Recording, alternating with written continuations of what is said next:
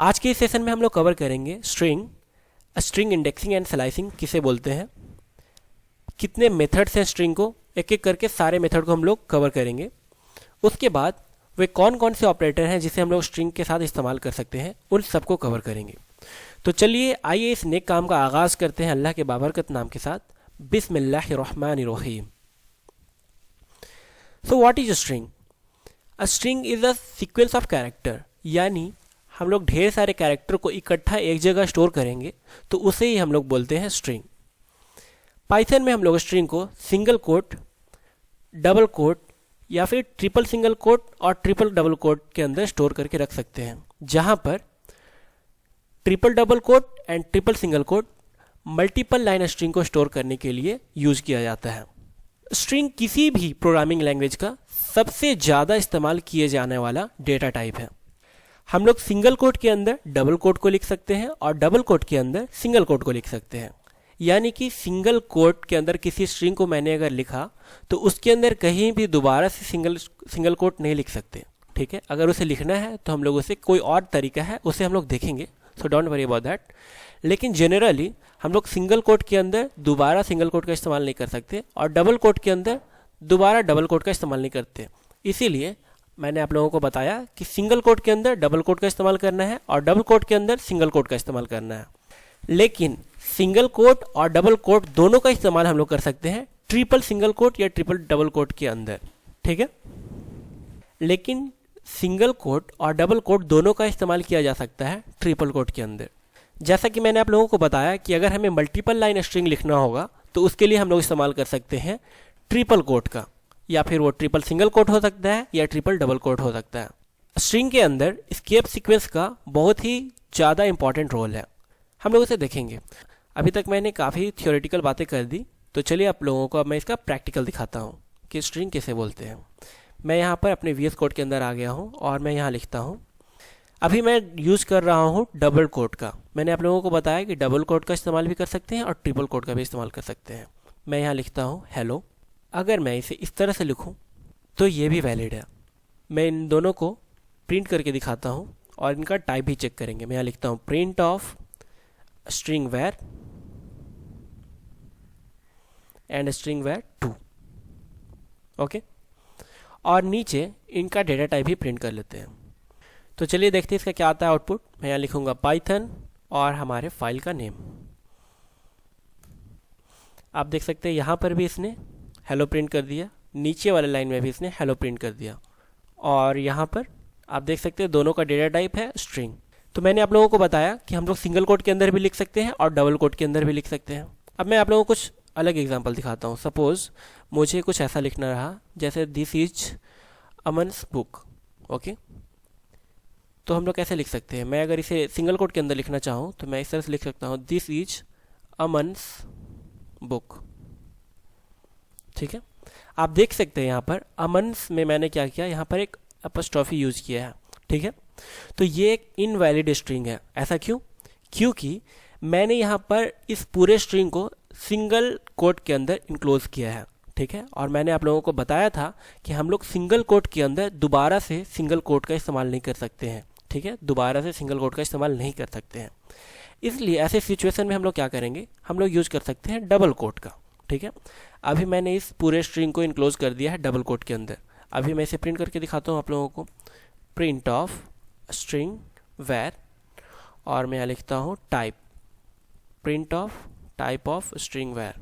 Okay, और चलिए इसे भी एग्जीक्यूट करते हैं। मैं इसे करता हूँ क्लियर। आप देख सकते हैं यहाँ पर ये प्रिंट हो चुका है। ठीक है, जैसे कि मैंने ऊपर में लिखा था। अगर मैं इसे सिंगल कोट के अंदर लिखता हूं तो क्या आएगा आउटपुट? अभी एक एरर हम लोगों को मिलेगा यहाँ पर। ठीक है, यहाँ पर क्या आ गया, एक एरर। किस तरह का एरर है? Syntax error. ये सिंटैक्टिकली इनवैलिड है। ओके, हम लोग सिंगल कोट के अंदर सिंगल कोट का इस्तेमाल नहीं कर सकते हैं। अच्छा, अब अगर मैं डबल कोट का एग्जांपल आप लोगों को बताऊं, सपोज मैंने इस तरह से लिखा डबल कोट के अंदर ही सेड, उसके बाद हम लोग इस तरह से लिखते हैं ना वेल डन। अभी तो दिक्कत हो गया है।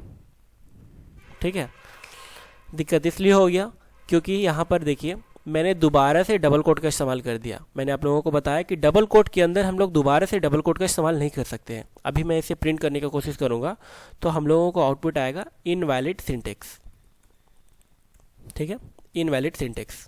ठीक है, डबल कोट के अंदर हम लोग वापस से डबल कोट नहीं लिख सकते, इसलिए मैं यहाँ पर लिखता हूँ सिंगल कोट। ओके, अभी ये वैलिड है? हाँ बिल्कुल वैलिड है। आप देख सकते हैं इसे मैं अगर एग्जीक्यूट करूँ तो आप देख सकते हैं यहाँ पर मुझे प्रॉपर आउटपुट मिल रहा है। ओके, अब हमारे पास ऐसा कोई स्ट्रिंग है जिसके अंदर सिंगल कोट भी हो और डबल कोट भी हो। जैसे कि मैं यहाँ लिखता हूँ he said he is Ram's father. अभी तो दिक्कत आ गई। अभी देख सकते हैं आप इस स्ट्रिंग के अंदर मुझे डबल कोट का भी इस्तेमाल करना पड़ा और सिंगल कोट का भी इस्तेमाल करना पड़ा। और मैं अगर इसे डबल कोट के अंदर भी इनक्लोज करता हूँ तो भी इसके अंदर दोबारा से डबल कोट आ जा रहा है, और अगर मैं इसे सिंगल कोट के अंदर भी लिखूंगा तो दोबारा से यहाँ पे सिंगल कोट आ जाएगा। तब तो ये इनवैलिड हो जाएगा। अगर मैं इसे रन करता हूँ तो मुझे क्या मिलेगा, यहाँ पर एक इनवैलिड सिंटेक्स मिल रहा है। अगर मैं इसे सिंगल कोट के अंदर भी इनक्लोज करता हूँ तो भी मुझे एक यहाँ पर एरर मिलेगा। देखिए अभी भी मुझे यहाँ पर एक एरर मिल रहा है। तो इस सिचुएशन में हम लोग क्या कर सकते हैं, यहाँ पर हम लोग ट्रिपल सिंगल कोट का इस्तेमाल कर सकते हैं। ठीक है, इस पूरे स्ट्रिंग को हम लोग इनक्लोज कर देंगे ट्रिपल सिंगल कोट के अंदर। ठीक है, अब ये वैलिड है। ठीक है, अभी देखिए ये एक वैलिड स्ट्रिंग है। हम लोग इसे ट्रिपल डबल कोट के अंदर भी इनक्लोज कर सकते हैं। ठीक है, वैलिड स्ट्रिंग है। आप देख सकते हैं ये एक वैलिड स्ट्रिंग है। ओके, मैंने आप लोगों को बताया था कि हम लोग ट्रिपल कोट का इस्तेमाल मल्टी लाइन स्ट्रिंग के लिए भी करते हैं। ठीक है, जैसे सपोज मुझे लिखना रहा फर्स्ट लाइन में हेलो वर्ल्ड, और मैं न्यू लाइन में चाहता हूँ कुछ और लिख दूँ। जैसे मैं लिखना चाहता हूँ what are you doing. Okay, मैं एक और लाइन लिखता हूँ I am doing good. Okay, तो ये एक वैलिड है। ठीक है, ये वैलिड स्ट्रिंग है, इसे हम लोग बोलते हैं मल्टी लाइन स्ट्रिंग। अब मैं इसे अगर क्लियर करता हूँ स्क्रीन और एग्जीक्यूट करता हूँ, मैं लिखता हूँ पाइथन और मेरे फाइल का नेम, तो आप देख सकते हैं ये एक वैलिड स्ट्रिंग है और ये मल्टी लाइन में मुझे यहाँ पर आउटपुट दिखाई दे रहा है। ठीक है, ये सेम काम हम लोग ट्रिपल सिंगल कोट के थ्रू भी कर सकते थे। ठीक है, अभी भी ये एक वैलिड है। मैं आपको दिखाता हूँ, एग्जीक्यूट करता हूँ। ठीक है, ये अभी भी वैलिड है। ओके, लेकिन हम लोग अगर डबल कोट का इस्तेमाल करें, सिर्फ और सिर्फ डबल कोट का या फिर सिर्फ सिंगल कोट का मल्टी लाइन स्ट्रिंग करने के लिए, तो वो वैलिड नहीं है। ये हम लोगों को यहाँ पर एरर आउटपुट आएगा। ठीक है, एरर आउटपुट आ रहा है। ठीक है, तो इस चीज़ का आप ख्याल रखिए कि जब भी हम लोगों को मल्टी लाइन स्ट्रिंग यूज करना है तो उस केस में हम लोगों को यूज करना होगा ट्रिपल कोट का, या फिर वो ट्रिपल सिंगल कोट हो सकता है या फिर ट्रिपल डबल कोट हो सकता है। ऑलराइट, एस्केप सीक्वेंस बहुत ही इंपॉर्टेंट रोल प्ले करता है स्ट्रिंग के अंदर। ठीक है, एस्केप सीक्वेंस क्या होता है मैंने आप लोगों को ऑलरेडी बता चुका हूँ अर्लियर सेशन में। ठीक है, मैं फिर भी यहाँ पर ब्रीफली आप लोगों को समझा देता हूँ। एस्केप सीक्वेंस एक तरह का कैरेक्टर होता है। ठीक है, जिसका कुछ स्पेशल मीनिंग बनता है किसी भी स्ट्रिंग के अंदर। ठीक है, जैसे कि /n for new line, /c for carriage return, ठीक है, /t for horizontal tab, /v for vertical tab and so on. ठीक है, तो मैं यहाँ पर लिखना चाहता हूँ हेलो वर्ल्ड। ओके, अब मैं चाहता हूँ न्यू लाइन में मैं लिखूँ हाउ आर यू। तो न्यू लाइन के लिए मैं क्या कर सकता हूँ, मैं यहाँ लिख सकता हूँ /n। यहाँ पर /n क्या है, ये एक एस्केप कैरेक्टर है। ठीक है, /n का क्या मतलब होता है कि लाइन चेंज कर दो, यानी कि अब जो स्ट्रिंग मैं लिखूंगा वो उसे न्यू लाइन में ट्रीट करेगा as a new line. Okay, मैं लिखता हूँ हाउ आर यू। तो अभी क्या आएगा आउटपुट, हम लोग इसे एग्जीक्यूट करेंगे तो पहले फर्स्ट लाइन में हम लोगों को दिखाई देगा हेलो वर्ल्ड, उसके बाद न्यू लाइन में आउटपुट आएगा हाउ आर यू। ओके, मैं इसे एग्जीक्यूट करता हूँ, आप देख सकते हैं फर्स्ट लाइन में hello world and second line में हाउ आर यू। ठीक है, तो ये है यूज एस्केप सीक्वेंस का। इसका स्पेशल मीनिंग होता है किसी भी स्ट्रिंग के अंदर। अगर मैं यहाँ लिखता हूँ /t, तो इसका क्या मतलब, हेलो वर्ल्ड के बाद एक टैब इतना स्पेस आ जाएगा। ओके, एक टैब। तो चलिए इसे एग्जीक्यूट करते हैं, हेलो वर्ल्ड, इसके बाद एक टैब इतना स्पेस आ गया है और यहाँ पर हाउ आर यू आ गया है। ऑलराइट, तो ऐसे और भी अलग अलग तरह के एस्केप सीक्वेंस है। मैंने आप लोगों को ऑलरेडी ये सब डिस्कस कर चुका हूँ अर्लियर सेशन में, आप वो वीडियो देख सकते हैं। ठीक है, अगर मैं चाहता हूं कि इन स्केप सीक्वेंस कैरेक्टर को भी प्रिंट कर दूं, वो कैसे हो सकता है, ये पॉसिबल है भी या नहीं? तो दोस्तों ये बिल्कुल पॉसिबल है, आप ये काम कर सकते हैं, ठीक है। तो मैं चाहता हूँ हेलो वर्ल्ड के बाद /t को ही प्रिंट कर दो, ठीक है। तो ये कैसे हो सकता है? तो आप जब भी किसी स्केप सीक्वेंस को आप प्रिंट करना चाहते हैं तो उसके लिए आप लोगों को यूज करना होगा एक स्लैश, यानी कि डबल स्लैश, और उसके बाद जो आपका कैरेक्टर है वो लिख दीजिए। तो उससे आपका स्केप सीक्वेंस भी प्रिंट हो जाएगा, यानी कि अब इसका कोई खास मीनिंग नहीं रह गया है, अब ये इसे ट्रीट करेगा as a simple character, general character. Okay, तो चलिए मैं इसे एग्जीक्यूट करके दिखाता हूँ। आप देख सकते हैं हेलो वर्ल्ड के बाद /t भी प्रिंट हो गया है, ठीक है। लेकिन अर्लियर केस में क्या हो रहा था, एक टैब प्रिंट हो रहा था, ना कि /t। तो आप लोगों को ये समझ में आ गया होगा कि हम लोग स्केप सीक्वेंस को कैसे प्रिंट कर सकते हैं, ठीक है। अगर मैं /n यहाँ लिखना /n को प्रिंट करना चाहता हूँ, मैं /n को प्रिंट करना चाहता हूँ, मैं कैसे करूँगा? मैं अभी लिखता हूँ तो क्या हो जाएगा, हेलो वर्ल्ड के बाद एक न्यू लाइन प्रिंट हो जाएगा, ठीक है। लेकिन मैं चाहता हूँ /n को भी प्रिंट कर दिया जाए, तो उसके लिए हम लोग यूज़ करेंगे एक और स्लैश का, ठीक है। अब ये इसे सिंपल कैरेक्टर जैसा ट्रीट करेगा, ठीक है। आप देख सकते हैं ये भी प्रिंट हो गया है। इसी तरह पाइथन में single quote and double quote वो भी एक स्केप सीक्वेंस है, ठीक है। तो अगर हम लोग डबल कोट के अंदर भी डबल कोट का इस्तेमाल करना चाहते हैं, या सिंगल कोट के अंदर वापस से सिंगल कोट का इस्तेमाल करना चाहते हैं, तो उस सिचुएशन में भी हम लोग यूज़ कर सकते हैं स्लैश का, ठीक है। अभी देखिए मैं यहाँ पर डबल कोट लिख देता हूँ, तो ये एक वैलिड स्ट्रिंग नहीं है। क्यों नहीं है वैलिड स्ट्रिंग? क्योंकि यहाँ पर देखिए ऑलरेडी ये डबल कोट के अंदर इंक्लोज्ड है, और मैं दोबारा से इसके अंदर डबल कोट का इस्तेमाल कर रहा हूँ, इसलिए ये अभी एक वैलिड स्ट्रिंग नहीं है। अभी मैं आप लोगों को एग्जीक्यूट करके दिखाऊँ तो आप देख सकते हैं ये एक इनवैलिड है, इनवैलिड स्ट्रिंग है। तो मैं इसे कैसे प्रिंट कर सकता हूँ? With the help of slash इसे ईजिली प्रिंट किया जा सकता है। मैं यहाँ लिखता हूँ स्लैश, अब ये एक नॉर्मल कैरेक्टर है, ठीक है। अब ये इसे एक नॉर्मल कैरेक्टर जैसा ट्रीट करेगा, ठीक है। अभी मैं इसे एग्जीक्यूट करता हूँ तो आप देख सकते हैं यहाँ पर ये प्रिंट हो चुका है, ठीक है। तो आप डबल कोट के अंदर भी डबल कोट का इस्तेमाल कर सकते हैं, इस चीज़ का आप ख्याल रखें, लेकिन उसके लिए आप लोगों को एक स्लैश का यूज़ करना पड़ेगा। ओके, वही चीज़ को मैंने यहाँ पर डिस्कस किया है। To print escape sequence itself we can use slash letter followed by escape sequence. Alright, तो अब मूव करते हैं हम लोग स्ट्रिंग इंडेक्सिंग की तरफ। हालांकि इंडेक्सिंग क्या होता है ये मैंने आप लोगों को पहले ही बता दिया है, लेकिन हम लोग यहाँ पर डिटेल में देखेंगे कि स्ट्रिंग इंडेक्सिंग कैसे काम करता है, क्या होता है स्ट्रिंग इंडेक्सिंग। ऑलराइट, हम लोग किसी भी स्ट्रिंग का कोई भी पार्टिकुलर कैरेक्टर को हम लोग एक्सेस कर सकते हैं, इसी को हम लोग बोलते हैं स्ट्रिंग इंडेक्सिंग, ठीक है। We can access a character of a string using indexing, ठीक है। जब भी हम लोग कोई पॉजिटिव इंडेक्सिंग देते हैं, ठीक है, यानी कि जब भी कोई positive number as a index pass करते हैं हम लोग, वो उसे फॉरवर्ड इंडेक्सिंग ट्रीट करता है, यानी कि लेफ्ट टू राइट। ऑलराइट, जब भी हम लोग नेगेटिव इंडेक्स देंगे, नेगेटिव इंडेक्स मतलब राइट टू लेफ्ट, यानी कि बैकवर्ड डायरेक्शन में। ऑलराइट, लेकिन अगर हम लोग लेफ्ट टू राइट जाए, यानी कि फॉरवर्ड इंडेक्सिंग जाए, तो इंडेक्सिंग स्टार्ट होगा 0 से, और वही अगर हम लोग बैकवर्ड डायरेक्शन में इंडेक्सिंग करें, यानी कि राइट टू लेफ्ट, तो इंडेक्सिंग स्टार्ट होता है -1 से।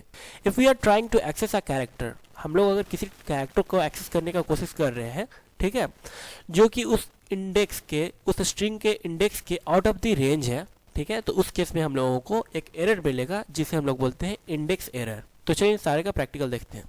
तो यहाँ पर मेरे पास एक स्ट्रिंग है, इसके अंदर मैंने स्टोर कर रखा है हेलो वर्ल्ड। हम लोग स्ट्रिंग के किसी भी कैरेक्टर को एक्सेस करने के लिए इस्तेमाल करते हैं स्ट्रिंग इंडेक्सिंग का। स्ट्रिंग इंडेक्सिंग के लिए हम लोग यूज करते हैं स्क्वायर ब्रैकेट, और इसके अंदर हम लोग अपने इंडेक्स पास करते हैं, ठीक है।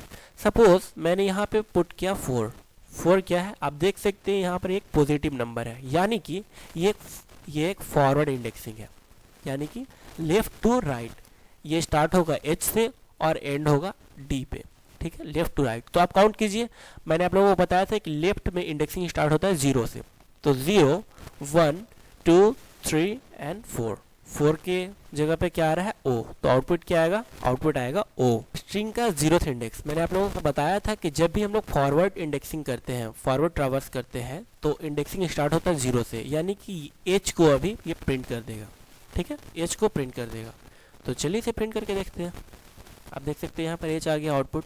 यहाँ पर अगर मैं वैल्यू डालता हूँ -3, ये क्या, ये तो एक नेगेटिव नंबर है। जब भी वैल्यू नेगेटिव हो तो इसका मतलब ये एक बैकवर्ड इंडेक्सिंग है, यानी कि राइट टू लेफ्ट। ओके, ये स्टार्ट होगा यहाँ से और जाएगा यहाँ तक, ठीक है, राइट टू लेफ्ट, ठीक है। ये काउंटिंग कहाँ से होगा, राइट टू लेफ्ट। और ये स्टार्ट कहाँ से होता है, -1 से, यानी कि पहला वैल्यू -1, -2, -3। -3 पे कौन सा वैल्यू आ रहा है, r। यहाँ पे क्या आएगा आउटपुट, यहाँ पे आउटपुट आएगा r। चलिए इसे भी हम लोग एग्जीक्यूट करके देखते हैं। आप देख सकते हैं यहाँ पर आउटपुट आ रहा है r।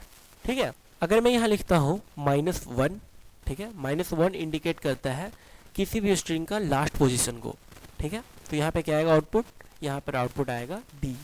इसे एग्जीक्यूट करते हैं और आपको दिखाता हूँ मैं आउटपुट। यहाँ पर आउटपुट आ रहा है d।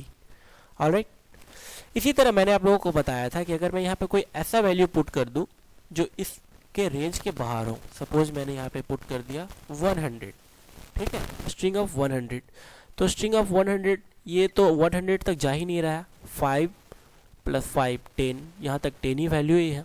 ठीक है, 10 वैल्यू ही है और मैं प्रिंट करना चाह रहा हूँ 100 का, तो ये आउट ऑफ रेंज है। यहाँ पे क्या आएगा आउटपुट हम लोगों का, यहाँ पर एक एरर मिलेगा। किस तरह का एरर होगा, एरर होगा इंडेक्स एरर। तो चलिए इसे एग्जीक्यूट करते हैं। आप देख सकते हैं यहाँ पर हम लोगों को क्या आउटपुट आ रहा है, index error, a string index out of range. ठीक है, इसी तरह अगर मैं नेगेटिव वैल्यू भी दूंगा तो आउटपुट क्या आएगा, सेम आउटपुट आएगा। ठीक है, सेम आउटपुट आएगा। तो मुझे उम्मीद है आप लोगों को स्ट्रिंग इंडेक्सिंग अच्छे से समझ में आ गया होगा। अब हम लोग मूव करते हैं नेक्स्ट टॉपिक की तरफ, जहाँ पे हम लोग डिस्कस करेंगे स्ट्रिंग स्लाइसिंग। ठीक है, तो what is string slicing. Slicing जैसा कि आप लोगों को नाम से ही पता चल रहा होगा, स्लाइसिंग मतलब होता है पार्ट, टुकड़ा। यानी कि जैसा कि एक पिज़्ज़ा होता है ना, पिज़्ज़ा में हम लोग क्या करते हैं, स्लाइसिंग करते हैं, यानी कि एक भाग किसी को दे दिए, एक भाग किसी और को दिए, या फिर खाना भी होता है तो टुकड़े टुकड़े करके खाते हैं, उससे कि हम लोग क्या बोलते हैं, स्लाइसिंग। तो स्ट्रिंग का भी अगर हम लोग किसी टुकड़े को उठाना रहेगा, ठीक है, किसी पार्ट को उठाना रहेगा, तो उसे हम लोग बोलेंगे स्ट्रिंग स्लाइसिंग। ऑलराइट, तो किसी भी स्ट्रिंग के अंदर हम लोगों को अगर एक या एक से ज़्यादा कैरेक्टर को एक्सेस करना रहता है, तो उसके लिए हम लोग इस्तेमाल करते हैं स्ट्रिंग स्लाइसिंग का। इसका सिंटेक्स कुछ इस तरह से है। सबसे पहले हमारा स्ट्रिंग होगा यहाँ पर, ठीक है। अब वो स्ट्रिंग हम लोग यहाँ पे डायरेक्टली भी लिख सकते हैं, या फिर उसे किसी वेरिएबल के अंदर स्टोर करके उस वेरिएबल का नेम भी लिख सकते हैं।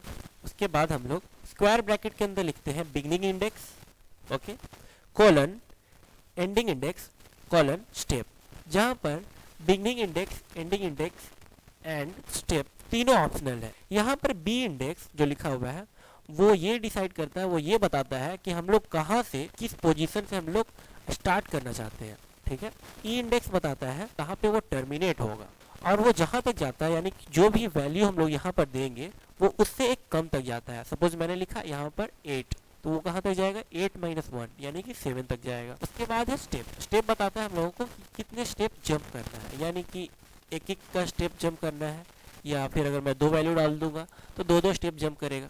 ये सारी चीज़ आप लोगों का क्लियर हो जाएगा जब मैं आप लोगों को इसका प्रैक्टिकल दिखाऊंगा।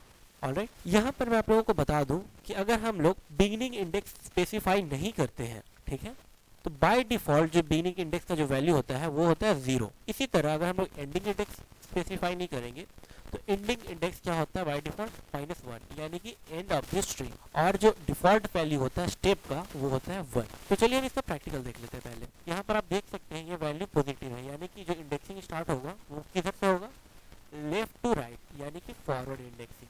तो आप देख सकते हैं 2 कहाँ पे आ रहा है, यहाँ पे ये वैल्यू 0, 1 एंड 2, यानी L से स्टार्ट होगा वो, ठीक है, और कहाँ तक जाएगा, 5 - 1 तक जाएगा ना, 4 तक। तो 0, 1, 2, 3, 4, 5, ठीक है, 5 से कम तक जाता है, यानी कि O तक आता है, ठीक है, 4 तक।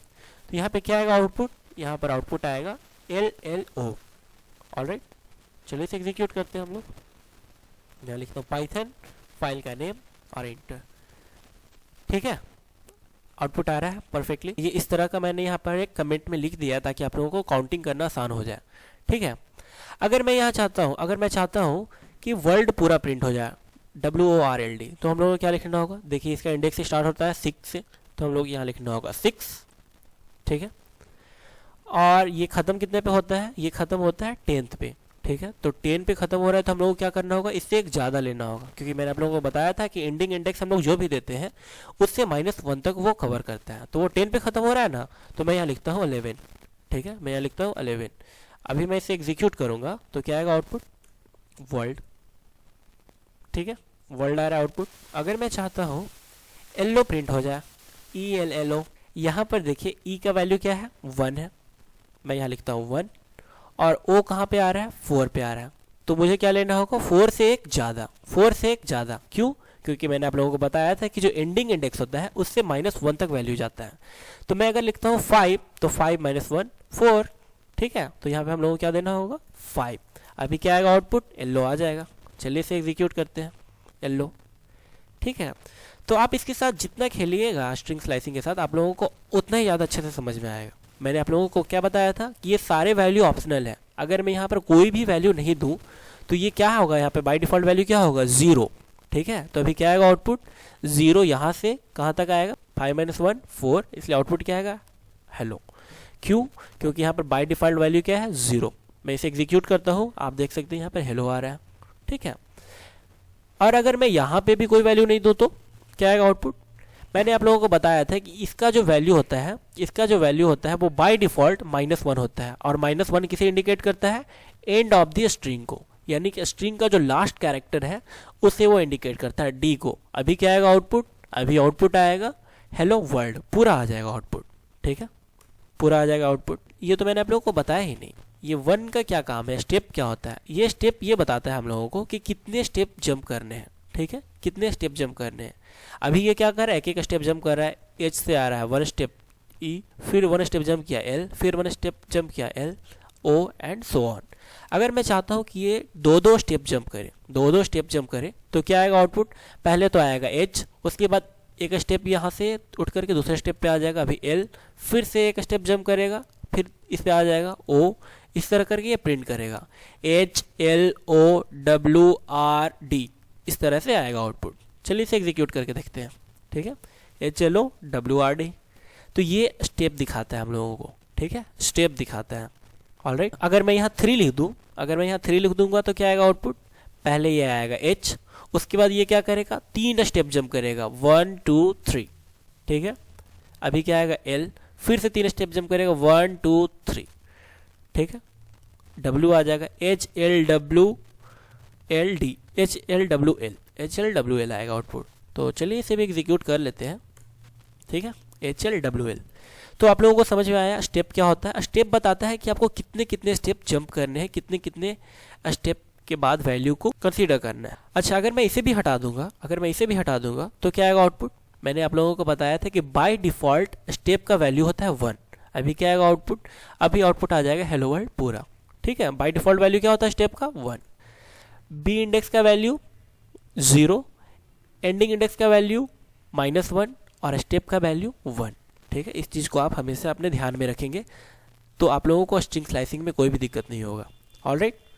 इसी तरह क्या मैं कोई यहाँ पर निगेटिव वैल्यू डाल सकता हूँ, बिल्कुल डाल सकते हैं आप, कोई दिक्कत नहीं है। अगर मैं यहाँ पर स्टार्टिंग में निगेटिव वैल्यू डालता हूँ, सपोज मैंने यहाँ लिखा -5, ठीक है, -5, यहाँ पर मैंने क्या लिखा, मैंने यहाँ लिखा -2 और यहाँ पर मैंने लिखा 1।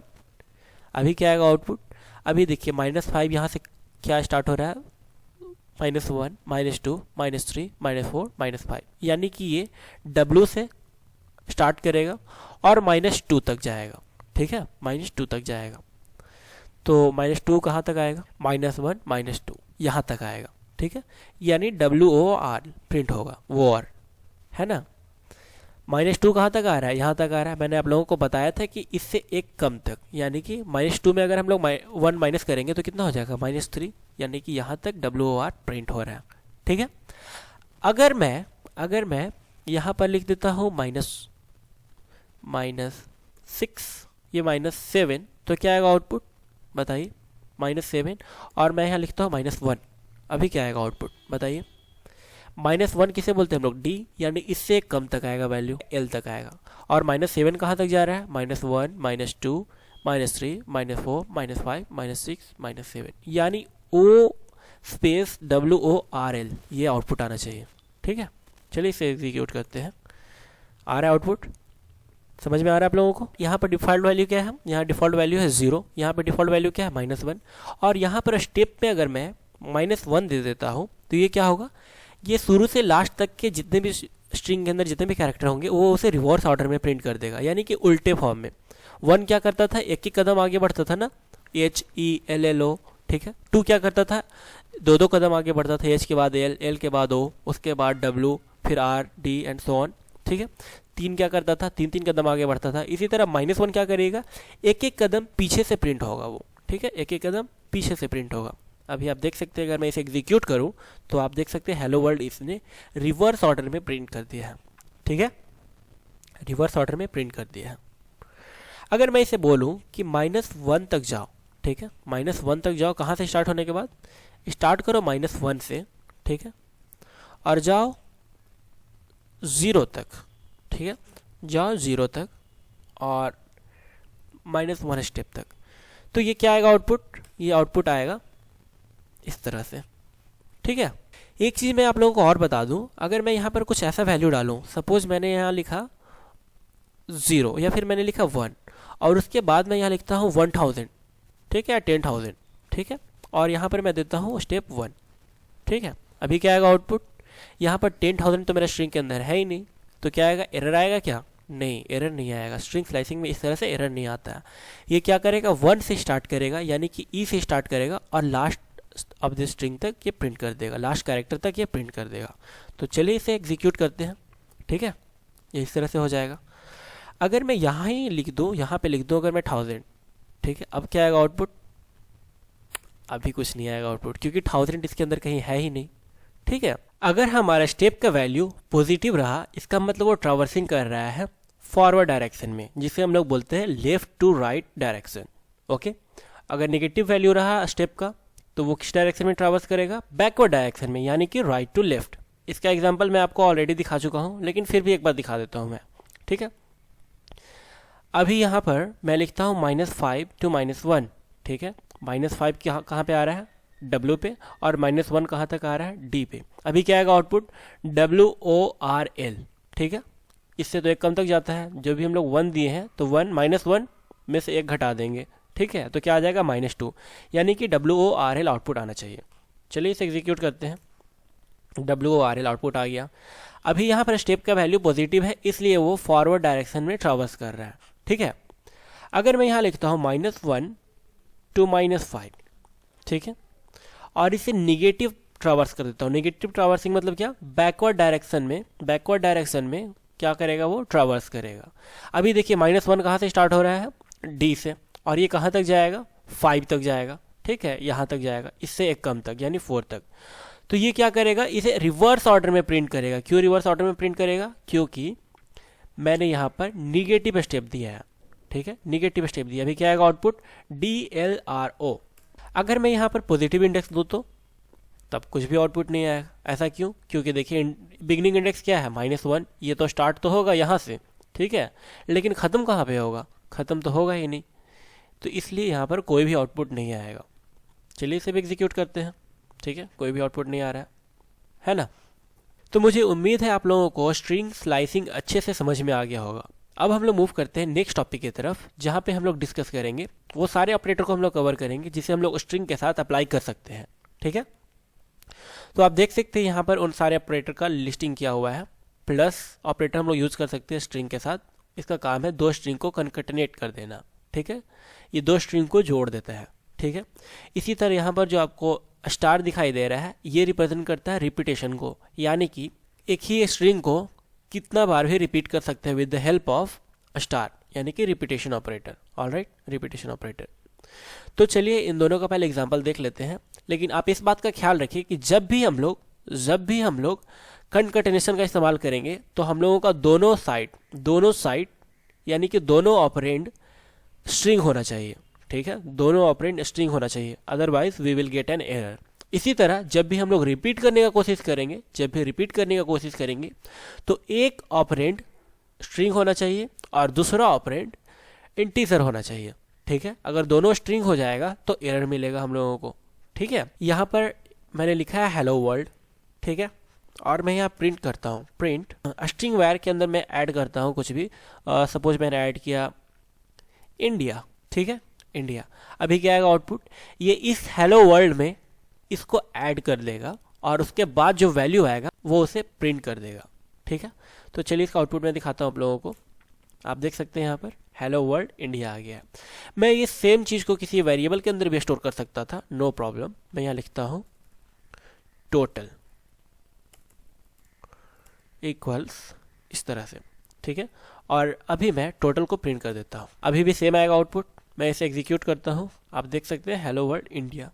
अगर मैं यहाँ पर कुछ और चेंज कर देता हूँ, ठीक है, मैं यहाँ यूनिवर्स लिख देता हूँ, अभी मैं इसे एग्जीक्यूट करूँगा तो क्या आएगा output, hello world and universe, ठीक है, हेलो वर्ल्ड यूनिवर्स। कनकैटिनेशन ऑपरेटर के लिए ये ज़रूरी है कि हमारे सारे ऑपरेंड स्ट्रिंग के ही होने चाहिए। अगर मैं यहाँ पर स्ट्रिंग ना दे करके कोई नंबर देता हूँ, ठीक है, मैं यहाँ पर एक नंबर दे दिया 5, ठीक है, तो अभी हम लोगों को एक एरर आएगा आउटपुट, ठीक है। चलिए इसे एग्जीक्यूट करते हैं। मैं यहाँ लिखता हूँ Python string tutorial dot py।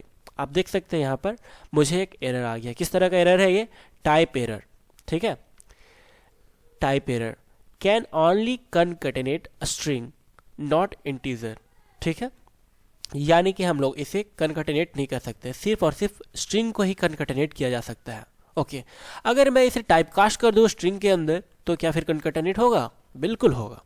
मैं इसे लिख देता हूँ स्ट्रिंग के अंदर टाइप कास्ट, ठीक है। अब तो ये स्ट्रिंग के अंदर टाइप कास्ट हो चुका है, अब मैं दोनों को ऐड करना चाहूँगा तो ये पॉसिबल है, ये हो जाएगा। चलिए इसे एग्जीक्यूट करते हैं, हेलो वर्ल्ड 5 आर आउटपुट, ठीक है। ओके, अगर मैं यहाँ पे कोई फ्लोटिंग नंबर दे दूंगा तब क्या आएगा आउटपुट। यहाँ पर आप कुछ भी दे दें, कुछ भी दे दें, स्ट्रिंग के अलावा आप कुछ भी दे दीजिएगा तो यहाँ पर एरर आएगा आप लोगों को। कनकैटिनेशन के लिए ये ज़रूरी है कि सारा ऑपरेंड, सारा का सारा ऑपरेंड स्ट्रिंग होना चाहिए, ठीक है। अभी मैं दिखाता हूँ आप लोगों को एग्जीक्यूट करके, ठीक है, ऑलराइट। इसी तरह मैंने आप लोगों को बताया कि रिपीटेशन ऑपरेटर का भी इस्तेमाल हम लोग कर सकते हैं। रिपीटेशन ऑपरेटर नाम से ही पता चल रहा है कि किसी भी स्ट्रिंग को रिपीट कर देगा और उसे स्टोर कर लेगा, ठीक है। अगर मैं इसे 2 बार रिपीट करना चाहता हूँ हेलो वर्ल्ड को तो मैं लिख दूंगा रिपीटेशन ऑपरेटर एंड 2, ठीक है। अभी मैं प्रिंट करूंगा तो क्या आएगा आउटपुट, अभी आउटपुट आएगा हेलो वर्ल्ड, 2 बार हेलो वर्ल्ड प्रिंट हो जाएगा, ठीक है। आप देख सकते हैं hello world and hello world, ठीक है। मैं यहाँ पे एक स्पेस देता हूँ ताकि आप लोगों को अच्छे से समझ में आए, ठीक है। अब हेलो वर्ल्ड के बाद स्पेस आ जाएगा। मैं लिखता हूँ clear screen and hello world 2 बार आउटपुट आ गया है। अगर मैं इसे यहाँ पर 4 लिख दूँ तो क्या आएगा आउटपुट, अभी हेलो वर्ल्ड 4 बार प्रिंट कर लेगा, ठीक है, hello world and hello world, ठीक है। ओके, अगर मैं यहाँ पर कोई स्ट्रिंग वैल्यू दे दूँ, सपोज मैंने यहाँ लिखा इंडिया, ओके, अभी क्या आएगा आउटपुट, अभी एरर आएगा आउटपुट। एरर इसलिए आएगा क्योंकि मैंने आप लोगों को बताया कि रिपीटेशन ऑपरेटर के लिए ज़रूरी है कि एक ऑपरेंड स्ट्रिंग होना चाहिए और दूसरा ऑपरेंड इंटीजर होना चाहिए, ठीक है। अभी यहाँ पर एक एरर आएगा, can't multiply sequence by non int of type str, alright, okay. इसलिए इस बात का आप ख्याल रखें कि रिपीटेशन ऑपरेटर में हम लोगों को एक इंटीजरिक वैल्यू देना कंपलसरी है, जबकि कनकैटिनेशन ऑपरेटर में हमेशा दोनों ऑपरेंड स्ट्रिंग होना चाहिए, ठीक है। अगर मैं यहाँ पर फ्लोटिंग नंबर दे दूँ तब 4.5, अभी क्या आएगा आउटपुट, अभी भी एरर आएगा, ठीक है, क्योंकि एक इंटीजरिक नंबर तो है नहीं, ठीक है। देखिए मैं इसे एग्जीक्यूट करता हूँ, ये अभी भी आ गया है इस तरह से। अच्छा, मैं इसे अगर टाइप कास्ट कर दूँ इंटीजर के फॉर्म में तब ये काम करेगा क्या, बिल्कुल काम करेगा, क्योंकि मैंने इसे इंटीजर में टाइप कास्ट कर दिया और इंटीजर में टाइप कास्ट करने के बाद यहाँ पे क्या आएगा, वैल्यू 4 आ जाएगा, ठीक है। हेलो वर्ल्ड आ गया। तो आप लोगों को कनकैटिनेशन ऑपरेटर और रिपीटेशन ऑपरेटर अच्छे से समझ में आ गया होगा। अब हम लोग मूव करते हैं इन ऑपरेटर की तरफ। इसे हम लोग रिलेशनल भी बोल सकते हैं और कंपैरिजन भी बोल सकते हैं।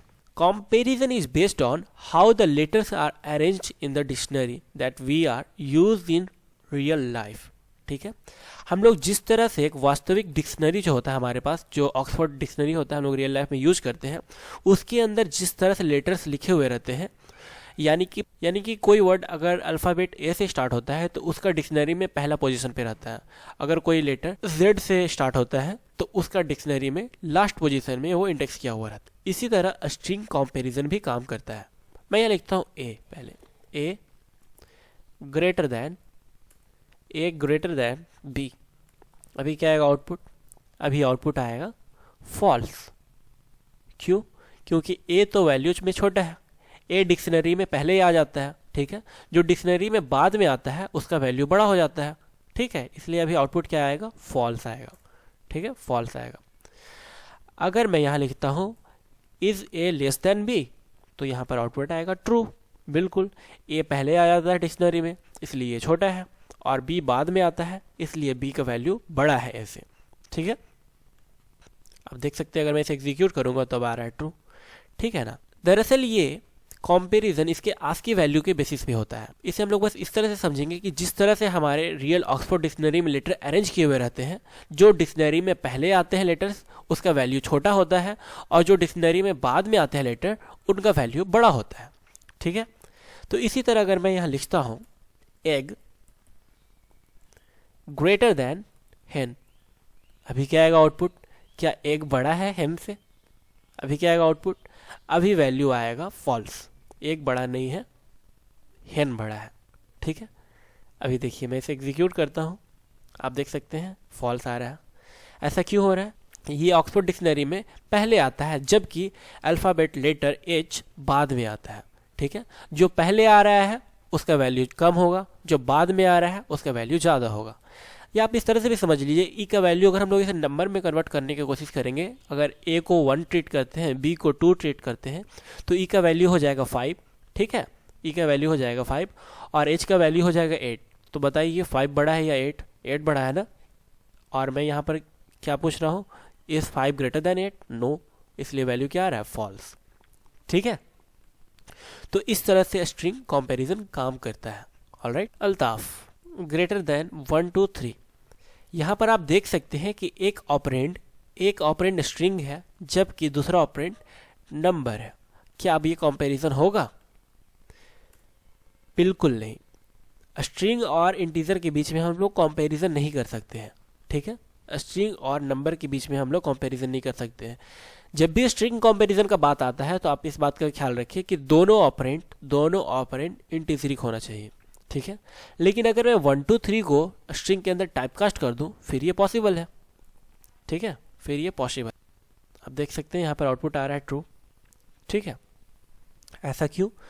क्योंकि ए का आस्की वैल्यू कम है जबकि नंबर का आस्की वैल्यू ज़्यादा है। अगर मैं दोनों का आस्की वैल्यू प्रिंट करके आप लोगों को दिखाऊं तो ये इस तरह से होता है, ORD। ठीक है, अभी मैं एग्जीक्यूट करूं इसे तो आप देख सकते हैं ए का आस्की वैल्यू 97 है जबकि 1 का आस्की वैल्यू कितना है? 49। ठीक है, इसलिए यहाँ पर आउटपुट क्या आ रहा था? ऊपर वाले केस में ट्रू। ठीक है, ये पहले लेटर को कंपेयर कर रहा था 1 से। 1 का आस्की वैल्यू क्या होता है? 49, जबकि ए का आस्की वैल्यू क्या होता है? 97। तो क्या 97 बड़ा है 49 से? बिल्कुल बड़ा है, इसलिए यहाँ पर क्या आउटपुट आ रहा है? ट्रू। ठीक है, आप लोगों को समझ में आ गया कि स्ट्रिंग के अंदर ये कंपैरिजन कैसे हो पा रहा है? ये कंपैरिजन होता है इसके आस्की वैल्यू के बेसिस पे। ऑलराइट, इसी तरह हम लोग यूज़ कर सकते हैं greater than, less than equal to, greater than equal to, ये सब कुछ हम लोग चेक कर सकते हैं। सारा कंपैरिजन इसी तरह काम करेगा। इसी तरह है इक्वल टू, ये चेक करता है कि क्या दो स्ट्रिंग बराबर है या नहीं है। ठीक है, अगर मैं यहाँ लिखता हूँ दो स्ट्रिंग बराबर है या नहीं, इस तरह से मैं लिखता हूँ print of Altaf equal to Altaf, क्या दोनों के अंदर जो स्ट्रिंग लिखा गया है क्या वो इक्वल है? तो हाँ, बिल्कुल इक्वल है। अभी क्या आएगा आउटपुट? अभी आएगा ट्रू। ठीक है, अगर मैं कोई एक लेटर भी चेंज कर दूं, ठीक है, अभी क्या आएगा आउटपुट? अभी आ जाएगा फॉल्स। क्या दोनों स्ट्रिंग बराबर है? बिल्कुल बराबर नहीं है। आप देख सकते हैं ये कुछ और लिखा हुआ है, ये कुछ और लिखा हुआ है, इसलिए दोनों स्ट्रिंग बराबर नहीं है। यहाँ पर आउटपुट आएगा फॉल्स। ठीक है, अच्छा, अगर मैं यहाँ पे भी अल्ताफ लिखूँ लेकिन यहाँ पर जो ए है मेरा उसे मैं अगर अपर केस में लिखता हूँ तो क्या आएगा आउटपुट? अभी ट्रू आएगा या फॉल्स? क्या दोनों स्ट्रिंग बराबर है? नहीं, बिल्कुल बराबर नहीं है। मैंने आप लोगों को बताया था कि पाइथन एक केस सेंसिटिव लैंग्वेज है। ये अलग ऑब्जेक्ट है और ये अलग ऑब्जेक्ट है। ठीक है, इसलिए दोनों का वैल्यू बराबर नहीं है और यहाँ पर आउटपुट हम लोगों को फॉल्स आएगा। ठीक है, उसके बाद हमारे पास कुछ खास तरह के ऑपरेटर आते हैं, इन, नॉट इन, ठीक है, जिसे हम लोग बोलते हैं मेंबरशिप ऑपरेटर। ठीक है, in and not in. In and not in का क्या यूज है? मैंने आप लोगों को ऑपरेटर पढ़ाते वक्त इनके बारे में डिस्कस किया था। कोई भी पार्टिकुलर ऑब्जेक्ट किसी भी सीक्वेंस का पार्ट है या नहीं, ये हम लोगों को बताता है। ठीक है, तो हम लोग किसी लेटर को या फिर किसी वर्ड को फाइंड आउट कर सकते हैं कि क्या ये स्ट्रिंग में है भी या नहीं। जैसे कि हमारे पास एक सेंटेंस है, मैं यहाँ लिखता हूँ सेंटेंस। अब मैं यहाँ पता करना चाहता हूँ कि क्या इस सेंटेंस के अंदर कहीं पे भी पाइथन लिखा हुआ है। तो हम लोग कैसे कर सकते हैं? हम लोग यहाँ प्रिंट करेंगे, प्रिंट मैं यहाँ लिखता हूँ पाइथन। क्या पाइथन है इस सेंटेंस के अंदर? बिल्कुल है। अभी क्या आएगा आउटपुट? ट्रू आएगा, ठीक है, ट्रू आएगा। लेकिन अगर मैं यहाँ लिखता हूँ जावा, क्या जावा इस सेंटेंस के अंदर कहीं भी लिखा हुआ है?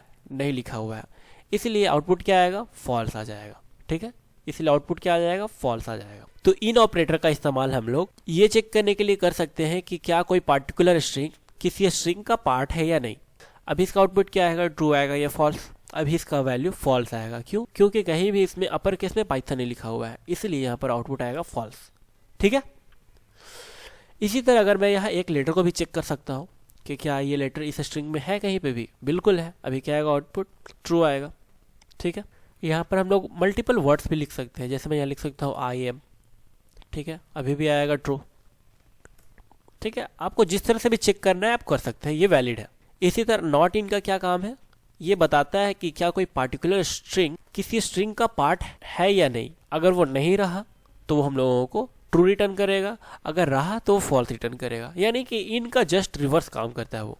अगर मैं यहाँ लिखता हूँ नॉट इन, ठीक है, अभी क्या आएगा आउटपुट? अभी इस सेंटेंस को आप समझिए, यहाँ पर क्या बताया जा रहा है कि आई एम इस सेंटेंस के अंदर नहीं है। तो क्या ये मेरा बात मैंने अभी जो बोला वो सही है? नहीं, ये बात बिल्कुल गलत है। आई एम तो मौजूद है इसके अंदर, इसलिए आउटपुट क्या आएगा? आउटपुट आएगा फॉल्स, ठीक है, आउटपुट आएगा फॉल्स। लेकिन अगर मैं बोल दूं कि क्या जावा इसके अंदर कहीं भी नहीं है, जावा इस सेंटेंस के अंदर कहीं भी नहीं लिखा हुआ है, तो ये बात बिल्कुल दुरुस्त है, इसलिए आउटपुट आएगा ट्रू, ठीक है। आप देख सकते हैं यहाँ पे आउटपुट आ गया है ट्रू। ऑलराइट, अब हम लोग मूव करते हैं नेक्स्ट टॉपिक की तरफ, जहाँ पे हम लोग डिस्कस करेंगे स्ट्रिंग के मेथड्स के बारे में। स्ट्रिंग के अंदर बहुत सारे मेथड्स हैं, उनमें से जो बहुत ज़्यादा इंपॉर्टेंट है उसके बारे में हम लोग डिस्कस करेंगे। मैं ऑलमोस्ट सारे इंपॉर्टेंट मेथड्स को डिस्कस कर दूंगा, तो नो वरी अबाउट दैट। तो सबसे पहले हम लोग सीखेंगे कि किसी पार्टिकुलर स्ट्रिंग में किसी भी सब स्ट्रिंग का क्या इंडेक्स है, यानी कि वो किस पोजीशन पे है, किस इंडेक्स पोजीशन पे है। फाइंड मेथड के अंदर जो भी स्ट्रिंग हम लोग पास करते हैं, ठीक है, वो उसे उस सीक्वेंस में चेक करेगा कि ये पार्ट कहाँ पे मौजूद है, किस इंडेक्स पे मौजूद है, और जहाँ पे उसे पहला वैल्यू मिल जाएगा वो उसका पोजीशन रिटर्न कर देगा, यानी उसका इंडेक्स रिटर्न कर देगा। अगर इसे नहीं मिलता है वो वैल्यू पूरे स्ट्रिंग में, ठीक है, तो आउटपुट आएगा -1, ठीक है, आउटपुट क्या आएगा? -1। चलिए इसे चेक कर लेते हैं। मैं चाहता हूँ इस सेंटेंस में कहाँ पर पाइथन लिखा हुआ है, ठीक है, कहाँ पे पाइथन लिखा हुआ है मैं फाइंड आउट करना चाहता हूँ। तो मैं क्या लिखूंगा? मैं लिखूंगा सेंटेंस के अंदर फाइंड करो, सेंटेंस के अंदर फाइंड करो। क्या फाइंड करो? मुझे फाइंड करना है पाइथन। पाइथन कहाँ पे लिखा हुआ है, ठीक है। वो जो भी वैल्यू रिटर्न करेगा वो स्टोर हो जाएगा इंडेक्स पोजीशन के अंदर, ठीक है, और मैं उसे प्रिंट कर लेता हूँ, प्रिंट इंडेक्स पोजीशन, ठीक है। मैं करता हूँ स्क्रीन को क्लियर, उसके बाद मैं इसे एग्जीक्यूट करता हूँ। आप देख सकते हैं ये 14th इंडेक्स पे मौजूद है पाइथन। आप इसे काउंट कर सकते हैं 0 1 2 3 4 5 6 7 8 9 10 11 12 13 14, ठीक है। 14 पोजीशन पे क्या है? पाइथन है, ठीक है। लेकिन अगर मैं यहाँ पर कोई ऐसा वैल्यू पास करूँ जो इसके अंदर मल्टीपल टाइम आया हुआ है, जैसे कि ए, ठीक है, आप देख सकते हैं ए यहाँ पर भी मौजूद है, ठीक है, ए यहाँ पर भी मौजूद है, तो ये किसका वैल्यू रिटर्न करेगा? ये फर्स्ट अकरेंस का वैल्यू रिटर्न करेगा, यानी जो फर्स्ट अकरेंस मिलता है वो उसका वैल्यू रिटर्न कर देगा, उसका इंडेक्स वैल्यू रिटर्न कर देगा, ठीक है। तो अभी यहाँ पर क्या आना चाहिए? आउटपुट यहाँ पे आना चाहिए 0 1 2। ए किस पोजीशन पे है? सेकंड पोजीशन पे, तो क्या आएगा? आउटपुट 2 आएगा। चलिए इसे एग्जीक्यूट करते हैं। आ गया ना 2, ठीक है। ये हमेशा पहले अकरेंस का वैल्यू रिटर्न करता है, इस बात का ख्याल रखिएगा। अगर मैं इसके अंदर कोई ऐसा वैल्यू डाल दूं जो इसके अंदर है ही नहीं, जैसे इसके अंदर जावा है ही नहीं, ठीक है, कहीं पे भी जावा नहीं लिखा हुआ है, अभी क्या आएगा? आउटपुट, अभी यहाँ पर आउटपुट आएगा -1। मैंने आप लोगों को बताया कि अगर हम लोग कोई ऐसे सबस्ट्रिंग को फाइंड आउट करना चाहते हैं किसी स्ट्रिंग के अंदर जो उसके अंदर मौजूद ही नहीं हो, तो हम लोगों को आउटपुट मिलेगा -1, ठीक है। मैं इसे एग्जीक्यूट करता हूँ, आप देख सकते हैं यहाँ पर आउटपुट आ रहा है -1। ये एरर नहीं रिटर्न करता हम लोगों को, इस बात का आप ख्याल रखें, ये हमेशा -1 रिटर्न करता है, ठीक है ना। चलिए मैं इसका आपको सिंटेक्स बढ़िया से समझा देता हूँ। आप देख सकते हैं ये है इसका सिंटेक्स, होल सिंटेक्स ये इस तरह से है। एनी स्ट्रिंग डॉट फाइंड, और इसके अंदर हम लोग पास करेंगे जिस सब स्ट्रिंग को हम फाइंड आउट करना चाहते हैं। उसके बाद हम लोग बिगनिंग इंडेक्स डालेंगे और एंडिंग इंडेक्स डालेंगे। यहाँ पर beginning index and ending index ये ऑप्शनल है, ठीक है। अगर आप सर्च करना चाहते हैं कि पार्टिकुलर लोकेशन के बाद सर्च किया जाए ए को, तो आप बिगनिंग इंडेक्स डाल सकते हैं। और आप चाहते हैं कि किसी पार्टिकुलर रेंज के अंदर सर्च किया जाए, यानी इंडेक्स नंबर 5 से 8 के बीच में सर्च किया जाए, तो आप एंडिंग इंडेक्स भी डाल सकते हैं। मैं इसे थोड़ा और एक्सटेंड करता हूँ, ठीक है। मैं लिखता हूँ I am learning Python and what about you, ठीक है। अब देखिए इसके अंदर कई सारे ए लिखे हुए, ए और यहाँ पर भी ए, बहुत जगह ए लिखा हुआ है। मैं चाहता हूँ कि ये इस जगह से सर्च करना स्टार्ट करें, ठीक है। इस जगह से सर्च करना स्टार्ट करें और इसको जो पहला ए वैल्यू मिलता है, पहला जो ए अकरेंस मिलता है, उसका वैल्यू रिटर्न कर दे। अभी मैं क्या करूँगा, यहाँ पर आपको दिखाई दे रहा है कि ये वैल्यू मुझे मिला था 7। अब मैं कहाँ से सर्च करना स्टार्ट करूँगा, मैं सर्च करना स्टार्ट करूँगा 8 से, ठीक है। उसके बाद जो ए होगा मुझे उसका वैल्यू मिल जाएगा, ठीक है ना। उसके बाद ए किस पोजीशन पे है, 21 पोजीशन पे, ठीक है।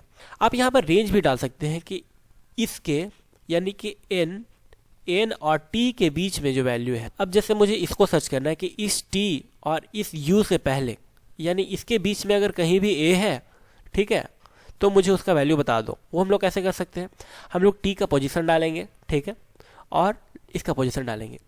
अगर मैं इसे स्टार्टिंग से काउंट करने लगूँ तो बहुत मुझे टाइम लग जाएगा, इसलिए मैं यहाँ पर क्या करूँगा, बैकवर्ड डायरेक्शन से मैं काउंट करूँगा, ठीक है। बैकवर्ड डायरेक्शन में जब भी हम लोग काउंटिंग करते हैं तो -1 से स्टार्ट करते हैं। आप देखिए यहाँ पे क्या है, -1 -2 -3 -4 -5 -6 -7 -8 -9 -10 -11, ठीक है। तो मैं यहाँ लिखता हूँ -11। ये क्या है मेरा बिगनिंग इंडेक्स, और मैं चाहता हूँ -11 से ये स्टार्ट करे और -1 तक जाए, यानी कि लास्ट तक जाए, लास्ट कैरेक्टर तक। और इसके बीच में अगर कहीं भी ए है तो उसका पोजीशन वो रिटर्न करते मुझे, वो भी कर सकते हैं। अभी एग्जीक्यूट अगर मैं इसे करूँगा, इसका वैल्यू हम लोगों को मिल गया, ठीक है। आप इस बात का ख्याल रखें कि हम लोग को जो वैल्यू मिलेगा वो कभी भी निगेटिव वैल्यू नहीं होगा, वो हमेशा काउंटिंग स्टार्ट करेगा 0 से, और जो वैल्यू मिलेगा 0 से काउंटिंग करने के बाद जो वैल्यू आएगा उसका वैल्यू रिटर्न करेगा। हम लोगों को कभी भी निगेटिव वैल्यू नहीं मिलेगा, ठीक है। ये हमारे इजीनेस के लिए है कि हम लोग नेगेटिव में भी वैल्यू डाल सकते हैं, लेकिन पाइथन हमेशा पॉजिटिव वैल्यू ही रिटर्न करेगा। वो हमेशा फॉरवर्ड ट्रैवर्सिंग ही करता है, ना कि बैकवर्ड ट्रैवर्सिंग। फाइंड के जैसा ही है एक और मेथड जिसे हम लोग बोलते हैं आर फाइंड। आर फाइंड बिल्कुल फाइंड के जैसा ही काम करता है, लेकिन फाइंड में क्या होता है, ये फॉरवर्ड ट्रैवर्सिंग करता है, यानी इधर से देखता है फर्स्ट अकरेंस कहाँ है, ठीक है।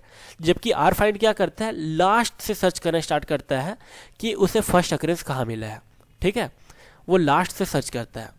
तो मैं यहाँ पर अगर सिंपली अब ए लिखता हूँ तो ये आर फाइंड में क्या करेगा, इधर से वो सर्चिंग नहीं करना स्टार्ट करेगा, वो सर्च करने स्टार्ट करेगा एंड ऑफ स्ट्रिंग से, कि एंडिंग से सबसे पहला ए कहाँ पे है। तो ये है एंडिंग में सबसे पहला ए, तो हम लोगों को क्या आउटपुट आएगा, आउटपुट आएगा 30। तो इस बात का आप ख्याल रखें कि आर फाइंड बिल्कुल फाइंड जैसा ही काम करता है। फ़र्क बस इतना है कि फाइंड क्या करता था, फॉरवर्ड ट्रैवर्स करके सर्च करता था, जबकि आर फाइंड बैकवर्ड ट्रैवर्स करके सर्च करता है। बैकवर्ड में जो सबसे पहला अकरेंस इसको मिलेगा उसका पोजीशन वो रिटर्न कर देता है। अब हम लोग मूव करते हैं नेक्स्ट मेथड की तरफ, जो है इंडेक्स। इंडेक्स बिल्कुल काम करता है फाइंड के जैसा ही, फ़र्क बस इतना है कि इसके अंदर हम लोग कोई स्ट्रिंग पास करते हैं और वो स्ट्रिंग को अगर फाइंड आउट नहीं कर पाता है तो वो हम लोगों को एक एरर रिटर्न करेगा। वो किस तरह का एरर होगा, वैल्यू एरर, ठीक है। तो चलिए चेक करते हैं। अगर मैं यहाँ लिखता हूँ इंडेक्स, इंडेक्स अभी क्या करेगा, ये फॉरवर्ड ट्रैवर्स करेगा और ए का वैल्यू फाइंड आउट कर लेगा। ए का वैल्यू क्या होगा, 0 1 2। आउटपुट क्या आना चाहिए, यहाँ पर आउटपुट आना चाहिए 2। मैं स्क्रीन को करता हूँ क्लियर और फिर से इसे एग्जीक्यूट करता हूँ। आप देख सकते हैं बिल्कुल फाइंड जैसा ही काम कर रहा है, ठीक है ना। अगर मैं चाहता हूँ इसके बाद कहीं वो सर्च करे, मैं यहाँ लिख दूंगा उसका पोजीशन 2, मैं यहाँ लिख देता हूँ 3, यानी इसके बाद कहीं ए है तो उसे सर्च कर लो। अभी एग्जीक्यूट करेंगे तो क्या आएगा आउटपुट, इसका ये इंडेक्स वैल्यू रिटर्न कर देगा 7, आ रहा है 7। लेकिन अगर मैं इसके अंदर कोई ऐसा वैल्यू डाल दूँ जो इस स्ट्रिंग के अंदर नहीं है, ठीक है, इस स्ट्रिंग के अंदर नहीं है, तो क्या आएगा आउटपुट, यहाँ पर आउटपुट आएगा एक एरर हम लोगों को, ठीक है, वैल्यू एरर। इसे मैं एग्जीक्यूट करता हूँ तो आप देख सकते हैं वैल्यू एरर। क्या एरर आ रहा है, सब स्ट्रिंग नॉट फाउंड।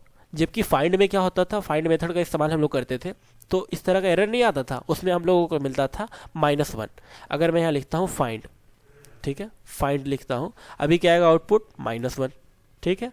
जबकि इंडेक्स में क्या होता है, इंडेक्स में क्या होता है, हम लोगों को एरर मिलता है। इसी तरह आर इंडेक्स भी है, ठीक है। आर इंडेक्स बिल्कुल इंडेक्स जैसा ही है, ठीक है, बिल्कुल इंडेक्स जैसा है, लेकिन ये क्या करेगा, बैकवर्ड से सर्च करना स्टार्ट करेगा, ठीक है, बैकवर्ड से सर्च करना स्टार्ट करेगा। अगर मैं बैकवर्ड में चाहता हूँ कि कहीं पे ए लिखा हुआ है तो बता दो, ठीक है, तो ये इसका वैल्यू रिटर्न कर देगा। इसका वैल्यू क्या था, 30 था ना। अगर इससे वैल्यू नहीं मिलता है, इससे वैल्यू अगर नहीं मिलता है तो ये क्या रिटर्न करेगा, -1, नहीं, -1 रिटर्न नहीं करेगा, ये रिटर्न करेगा वैल्यू एरर, ठीक है, वैल्यू एरर सब स्ट्रिंग नॉट फाउंड।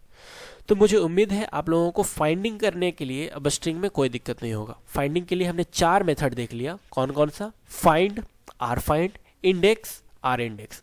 फाइंड में अगर हम लोगों को सब स्ट्रिंग नहीं मिलता है तो वो -1 रिटर्न करता है, जबकि इंडेक्स में अगर हम लोगों को सब स्ट्रिंग नहीं मिलता है तो वो वैल्यू एरर रिटर्न करता है। ये 2 की पॉइंट आप हमेशा याद करके रखिएगा।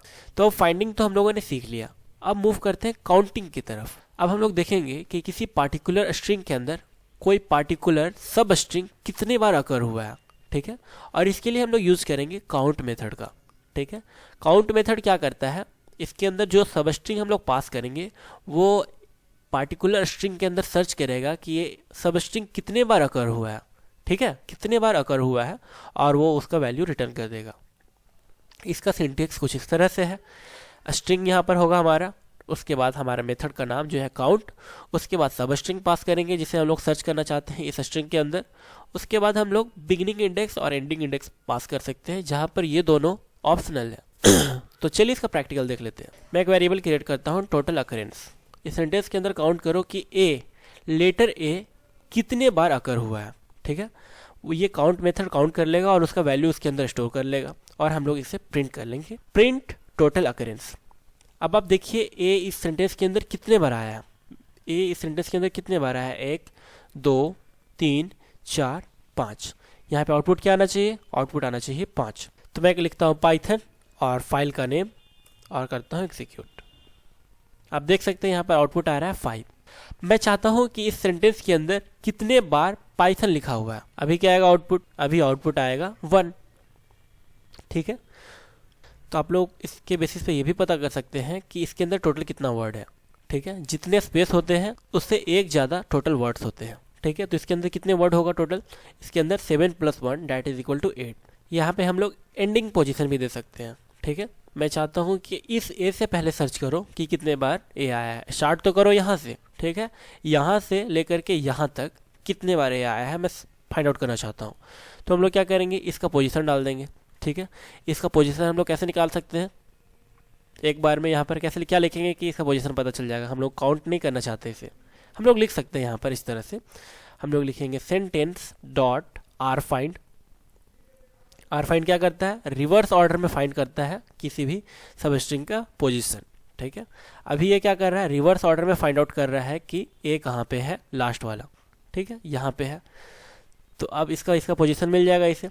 अब ये सर्चिंग कहाँ से कहाँ तक करेगा, यहाँ से लेकर के यहाँ तक करेगा। इसके अंदर कितने बार ए आया है, यहाँ से लेकर के यहाँ तक करेगा। इसके अंदर कितने बार ए आया है, तो इसके अंदर टोटल 3 टाइम्स ए आया है। आउटपुट क्या आएगा, 3, ठीक है ना। तो आप इस तरह से यहाँ पर मेथड भी लिख सकते हैं, जरूरी नहीं है कि आप लोगों को यहाँ पर हार्ड कोड करना है, आप डायरेक्ट यहाँ पर मेथड भी लिख सकते हैं और वो बिल्कुल काम करेगा। ऑलराइट, अब आप लोगों को काउंट मेथड अच्छे से समझ में आ गया होगा। ऑलराइट, अब आप लोगों के लिए एक छोटा सा क्वेश्चन है। मैं चाहता हूँ कि इसके अंदर कितने वॉवेल्स अकर हुए हैं, ठीक है, इसके अंदर कितने वॉवेल अकर हुए हैं, ये आप लोगों को फाइंड आउट करना है। ये आप कैसे कीजिएगा बताइए। मैंने आप लोगों को ज़रूरी मेथड्स के बारे में बता दिया है, काउंट मेथड से आप काउंट कर सकते हैं। ये आप लोग कैसे बनाएंगे, वीडियो को पॉज कीजिए और ट्राई कीजिए पहले। अगर आप लोगों से बन जाता है देन ब्रावो, नहीं बनता है तो फिर मैं तो हूँ ही। तो चलिए देख लेते हैं, ठीक है। हम लोग क्या करेंगे, सबसे पहले हम लोग फाइंड करेंगे, ठीक है। क्या क्या फाइंड करना है हम लोगों को, वॉवेल फाइंड करना है। तो मैं यहाँ लिखता हूँ वॉवेल का एक लिस्ट बना लेता हूँ, क्योंकि कंप्यूटर को तो पता ही नहीं है कि वॉवेल किसे बोलते हैं। तो मैं वॉवेल का एक लिस्ट बना लेता हूँ। मैं यहाँ लिखता हूँ A-E-I-O-U, इस तरह से हम लोग लिख सकते हैं, ठीक है। लेकिन इस तरह से भी लिखने के बजाय हम लोग इसे और शॉर्ट फॉर्म में भी लिख सकते थे, वो भी हम लोग देख लेंगे, लेकिन पहले इस तरह से आप समझ जाइए। ठीक है, टोटल वॉवेल इतने हैं। मैं लिखता हूँ टोटल वॉवेल, ठीक है, टोटल वॉवेल इक्वल टू मैं 0 लिखता हूँ, यानी कि मैं पहले से मान रहा हूँ कि इसके अंदर कोई भी वॉवेल नहीं है, ठीक है। उसके बाद हम लोग इसे बढ़ाते जाएंगे और लास्ट में उसका वैल्यू प्रिंट कर लेंगे। मैं यहाँ लिखता हूँ for letter in sentence, sentence के अंदर जितने भी लेटर हैं तुम चेक करो कि अगर वो लेटर अवेलेबल है इस वॉवेल के अंदर, अगर वो लेटर अवेलेबल है इस वॉवेल के अंदर, तो क्या करो, इस टोटल वॉवेल को इंक्रीज कर दो, एक एक वैल्यू इंक्रीज करते जाओ। सबसे पहले एक पहले लेटर को उठाओ और चेक करो कि क्या वो वॉवेल है। वो वॉवेल कैसे चेक करेंगे, हम लोग चेक करेंगे कि क्या वो स्ट्रिंग इस लिस्ट के अंदर अवेलेबल है या नहीं। अगर वो अवेलेबल रहा तो टोटल वॉवेल का वैल्यू इंक्रीज हो जाएगा, ठीक है। हम लोग वो कैसे करेंगे, हम लोग यहाँ लिखेंगे total vowel plus total vowel equal to total vowel plus 1, ठीक है, ये काम करेगा, ठीक है। अब लास्ट में मैं इसका वैल्यू प्रिंट कर लेता हूँ, प्रिंट टोटल वॉवेल। अब हम लोगों का प्रॉब्लम सॉल्व हो गया। इसके अंदर कितने वॉवेल आए हुए हैं टोटल, वो सारे का वैल्यू हम लोगों को यहाँ पर प्रिंट आउट होकर के मिल जाएगा। मैं इसे करता हूँ क्लियर और इसे करता हूँ एग्जीक्यूट।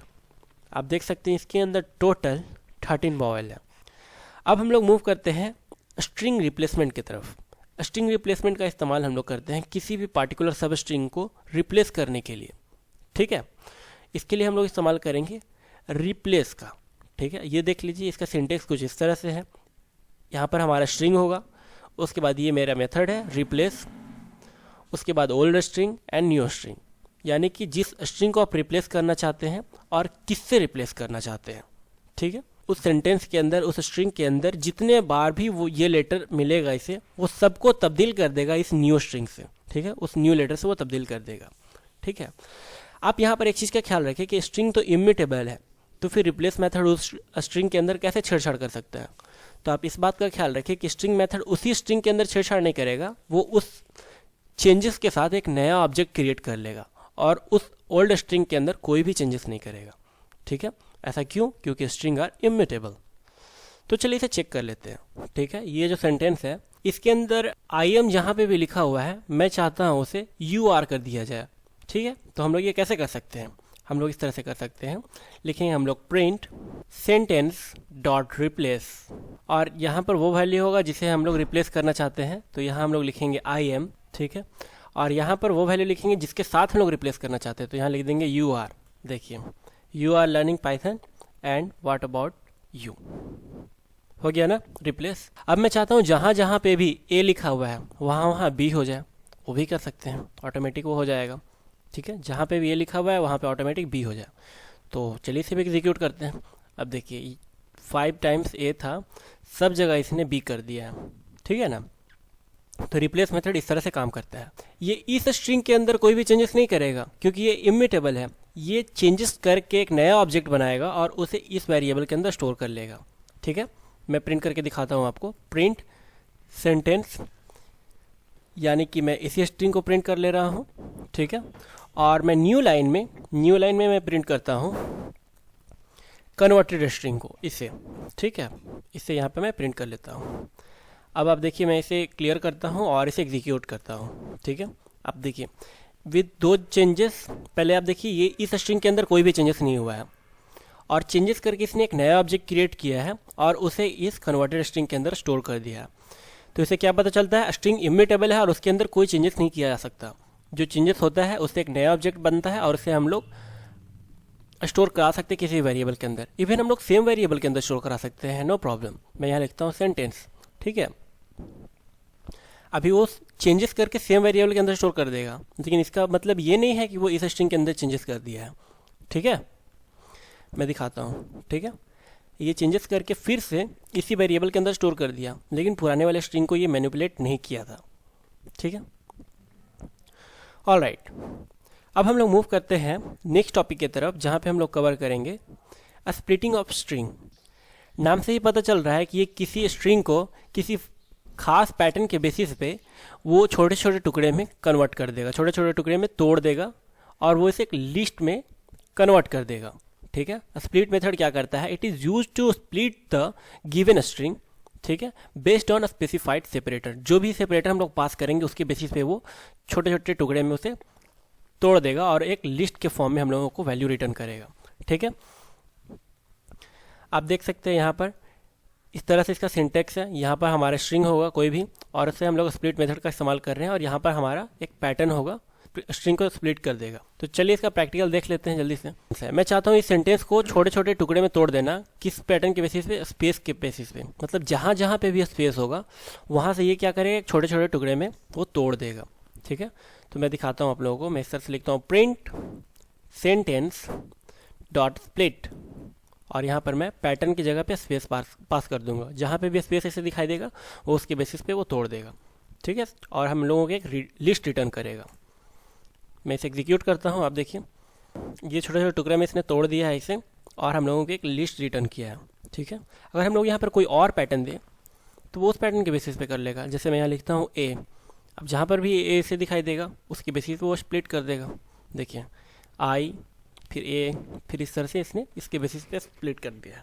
ठीक है, अगर मैं यहाँ पर लिखता हूँ पाइथन, जहाँ पे पाइथन लिखा होगा उसके बेसिस पे वो स्प्लिट कर देगा। ठीक है, पाइथन को यहाँ पर से अलग, एक पार्ट अलग और एक पार्ट अलग। ठीक है, तो इस तरह से ये स्प्लिटिंग करता है। इसी हम लोग बोलते हैं स्प्लिटिंग ऑफ स्ट्रिंग। और इसका आप देख सकते हैं किस तरह का डेटा टाइप है। ये एक लिस्ट है। आप लोगों को दिखाई दे रहा है कि लिस्ट हमेशा स्क्वायर ब्रैकेट के अंदर इनक्लोज रहता है। ठीक है, अगर हम लोग यहाँ पर कोई भी पैटर्न ना दें तो क्या होगा? अब क्या आएगा आउटपुट? बाय डिफ़ॉल्ट इसके अंदर स्पेस रहता है। ठीक है, बाय डिफ़ॉल्ट ये किसे लेता है? स्पेस को ले लेता है। ठीक है, और आप देख सकते हैं यहाँ पर इसने स्पेस के बेसिस पे इसको तोड़ दिया है छोटे छोटे टुकड़ों में। इसी तरह है ज्वाइनिंग ऑफ स्ट्रिंग। स्प्लिट का उल्टा काम करता है, छोटे छोटे टुकड़े को जोड़ करके एक स्ट्रिंग बना देगा। इसका सिंटेक्स कुछ इस तरह से है। हम लोगों को यहाँ पर सेपरेटर देना होगा, यानी जो पैटर्न के बेसिस पे आप ज्वाइन करना चाहते हैं, और यहाँ पर हमारा स्ट्रिंग रहेगा, मतलब लिस्ट ऑफ स्ट्रिंग। जो भी ग्रुप ऑफ स्ट्रिंग हम लोग यहाँ पे पास करेंगे उसे वो ज्वाइन कर लेगा। तो चलिए इसका भी हम लोग प्रैक्टिकल देख लेते हैं। देखिए ज्वाइनिंग के लिए मैं एक लेता हूँ वर्ड्स। ठीक है, वर्ड्स नाम का एक लिस्ट है हमारे पास, इसके अंदर मैं कुछ लिखता हूँ। मैं लिखता हूँ आई एम, मैं लिखता हूँ आई एम अल्ताफ़। ठीक है, मैं चाहता हूँ इन सब को ये जोड़ करके एक स्ट्रिंग बना दें। ठीक है, मैं यहाँ लिखूँगा सेंटेंस। ठीक है, सेंटेंस के अंदर मैं क्या करूँगा, इन सब को जोड़ करके सबके अंदर एक ज्वाइनिंग ऑपरेशन परफॉर्म करूँगा और इनको एक स्ट्रिंग में कन्वर्ट कर दूँगा। वो कैसे करेंगे हम लोग लिखेंगे यहाँ पर किस बेसिस पे हम लोग ज्वाइन करना चाहते हैं। मैं चाहता हूँ कि इन सब के बीच में एक स्पेस आ जाए, आई के बाद स्पेस, फिर ए एम, फिर उसके बाद स्पेस। ठीक है, तो मैं यहाँ लिखूँगा स्पेस। जो भी पैटर्न के बेसिस पे आप यहाँ पे ज्वाइन करना चाहते हैं वो लिखिए, स्पेस, उसके बाद ज्वाइन किसके अंदर करना है? हमें इस वर्ड्स के अंदर करना है। मैं लिख देता हूँ वर्ड्स, ये ज्वाइन हो जाएगा। अब मैं प्रिंट करके दिखाता हूँ आप लोगों को सेंटेंस। ठीक है, प्रिंट करके दिखाता हूँ क्या आएगा आउटपुट। आप देख सकते हैं यहाँ पर आई एम अल्ताफ़ ज्वाइन हो गया है। अगर मैं चाहता हूँ कि नहीं ये स्पेस की बेसिस पे ज्वाइन नहीं करे, ये ज्वाइन करे डैश दे करके, हाइफन दे करके। ठीक है, अभी क्या आएगा output? I hyphen A M hyphen Altaf. ठीक है, आप देख सकते हैं इस बेसिस पे ज्वाइन कर लिया है। तो ज्वाइनिंग इस तरह से काम करता है। ठीक है, आप लोगों को समझ में आ गया होगा मुझे उम्मीद है। अब हम लोग मूव करते हैं नेक्स्ट टॉपिक की तरफ, जहाँ पे हम लोग डिस्कस करेंगे कि हम लोग किसी एक पार्टिकुलर केस से दूसरे केस में कैसे कन्वर्ट कर सकते हैं हमारे स्ट्रिंग को। जैसे कि अगर हमारा स्ट्रिंग अपर केस में लिखा हुआ है, यानी कि कैपिटल लेटर में, हम लोग उसे कन्वर्ट कर देना चाहते हैं स्मॉल लेटर में। ठीक है, अगर स्मॉल लेटर में लिखा हुआ है तो उसे हम लोग अपर केस में कन्वर्ट कर देना चाहते हैं, या फिर अगर अपर में है तो उसे लोअर में, और लोअर में है अपर में, यानी कि स्वैप कर देना चाहते हैं। तो ये सब कुछ कर सकते हैं हम लोग पाइथन में। हम लोगों के पास स्ट्रिंग में ढेर सारे मेथड हैं, आप देख सकते हैं upper, lower, swap case, title, capitalize, और भी बहुत सारे हैं। अपर क्या करता है? सारे लेटर्स को अपर केस में कन्वर्ट कर देता है। लोअर क्या करता है? सारे कैरेक्टर्स को लोअर केस में। इसी तरह स्वैप क्या कर देता है? स्वैप केस अपर को लोअर में और लोअर को अपर में कन्वर्ट कर देता है। टाइटल क्या कर देता है? हर एक वर्ड के पहले लेटर को कैपिटल कन्वर्ट कर देता है। ठीक है, कैपिटलाइज क्या करता है? किसी भी सेंटेंस का पहला जो लेटर होगा सिर्फ उसको कैपिटल करता है। तो चलिए इन सब का पहले प्रैक्टिकल देख लेते हैं। ठीक है, मेरे पास एक सेंटेंस है। ठीक है, मैं यहाँ लिखता हूँ, ये है मेरे पास sentence, I am Altaf, who are you. अभी मैं क्या कर रहा हूँ, मैं चाहता हूँ इस सेंटेंस को, इसके अंदर जो भी चीज़ लिखा हुआ है सबको मैं अपर केस में कन्वर्ट कर देना चाहता हूँ। वो कैसे करूँगा? मैं लिखूँगा प्रिंट सेंटेंस डॉट अपर। ठीक है, अभी मैं अगर इसे एग्जीक्यूट करता हूँ तो आप देख सकते हैं यहाँ पर आउटपुट आ रहा है सब कुछ अपर केस में। ठीक है, आ रहा है ना। इसी तरह अगर मैं इसे लोअर में कन्वर्ट करना चाहता हूँ, मैं यहाँ लिख दूंगा लोअर, ठीक है, लोअर। अभी क्या होगा, सब लोअर में दिखाई देगा आप लोग को, ठीक है। सब कुछ यहाँ पे ए कैपिटल में लिखा हुआ था ना, आप देख सकते हैं ये कैपिटल में जो था इसने ए को लोअर में भी कन्वर्ट कर दिया है, ठीक है, सब कुछ लोअर में हो गया। इसी तरह हम लोग कर सकते हैं क्या, टाइटल। टाइटल क्या करता है, ये हर एक वर्ड के पहले लेटर को कैपिटल कर देता है, ठीक है। देखिए आई कैपिटल, ए कैपिटल, ए कैपिटल, फिर डब्ल्यू, ए एंड यू, इसी तरह से, ठीक है। टाइटल का काम क्या है, हर एक वर्ड के फर्स्ट लेटर को कैपिटल कर देना। इसी तरह कैपिटलाइज,